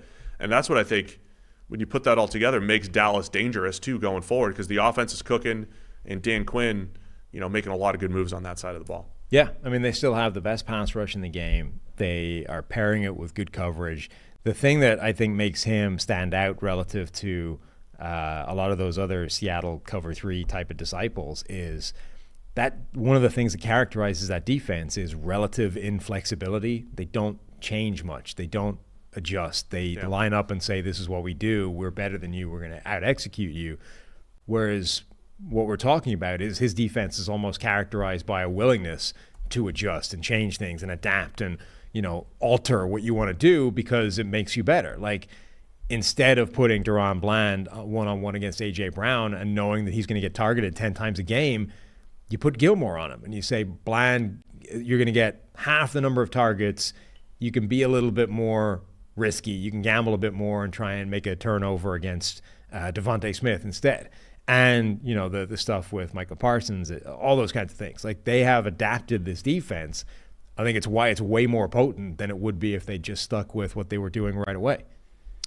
As some people have pointed out in the chat, and Chris as well. I mean, Dallas on turf with their speed, and when they lose, it's been grass games for whatever that's worth, the road games, and I do think Dallas is a different team at home. I mean, they're averaging, I just lost it, they're just under 40 points a game at home, 39.9. Number 1 in the league in scoring offense, or just points scored, because that includes all your pick sixes and all that. But that's why I think this is important too. It's I think both the psychological aspect of being able to beat one of the best teams in the league, but also playing at home, right? They still might have to go through San Francisco to get to the Super Bowl, but if they have to play Philly at home in the playoffs, I mean, they were favored in this game.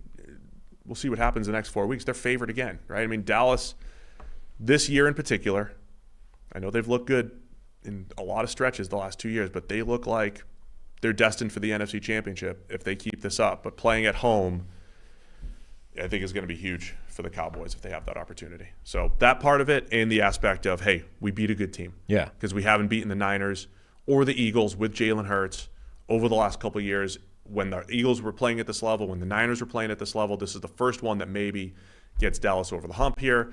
They still have to play Detroit. They have Buffalo this week. The schedule's more challenging than Philly down the stretch here, so it might not matter in the end as far as seeding goes. But I thought it was important, because unless Dallas screws up, they're going to see either Philly or San Francisco in the playoffs At some point. Some point. So I think this is a big one for them. Yeah, I mean, I doubt they're going to want to play San Francisco just because nobody is. And, they might talk about it, trying to get that one back or whatever, but they don't want to play San Francisco. But this was, again, like, they are no longer, I think, going to have a psychological hang-up about playing Philadelphia if they meet them in the playoffs. They know they can even in beat Philly. them. I mean, that game came down to red zone execution, right? They had a chance to win. They know they can beat them, and they can take out a team that's healthy and playing with almost all their consequential players. They know they can beat them. Like, the 49ers might be a different proposition, but at least one of the best teams in the NFC they know they can take down.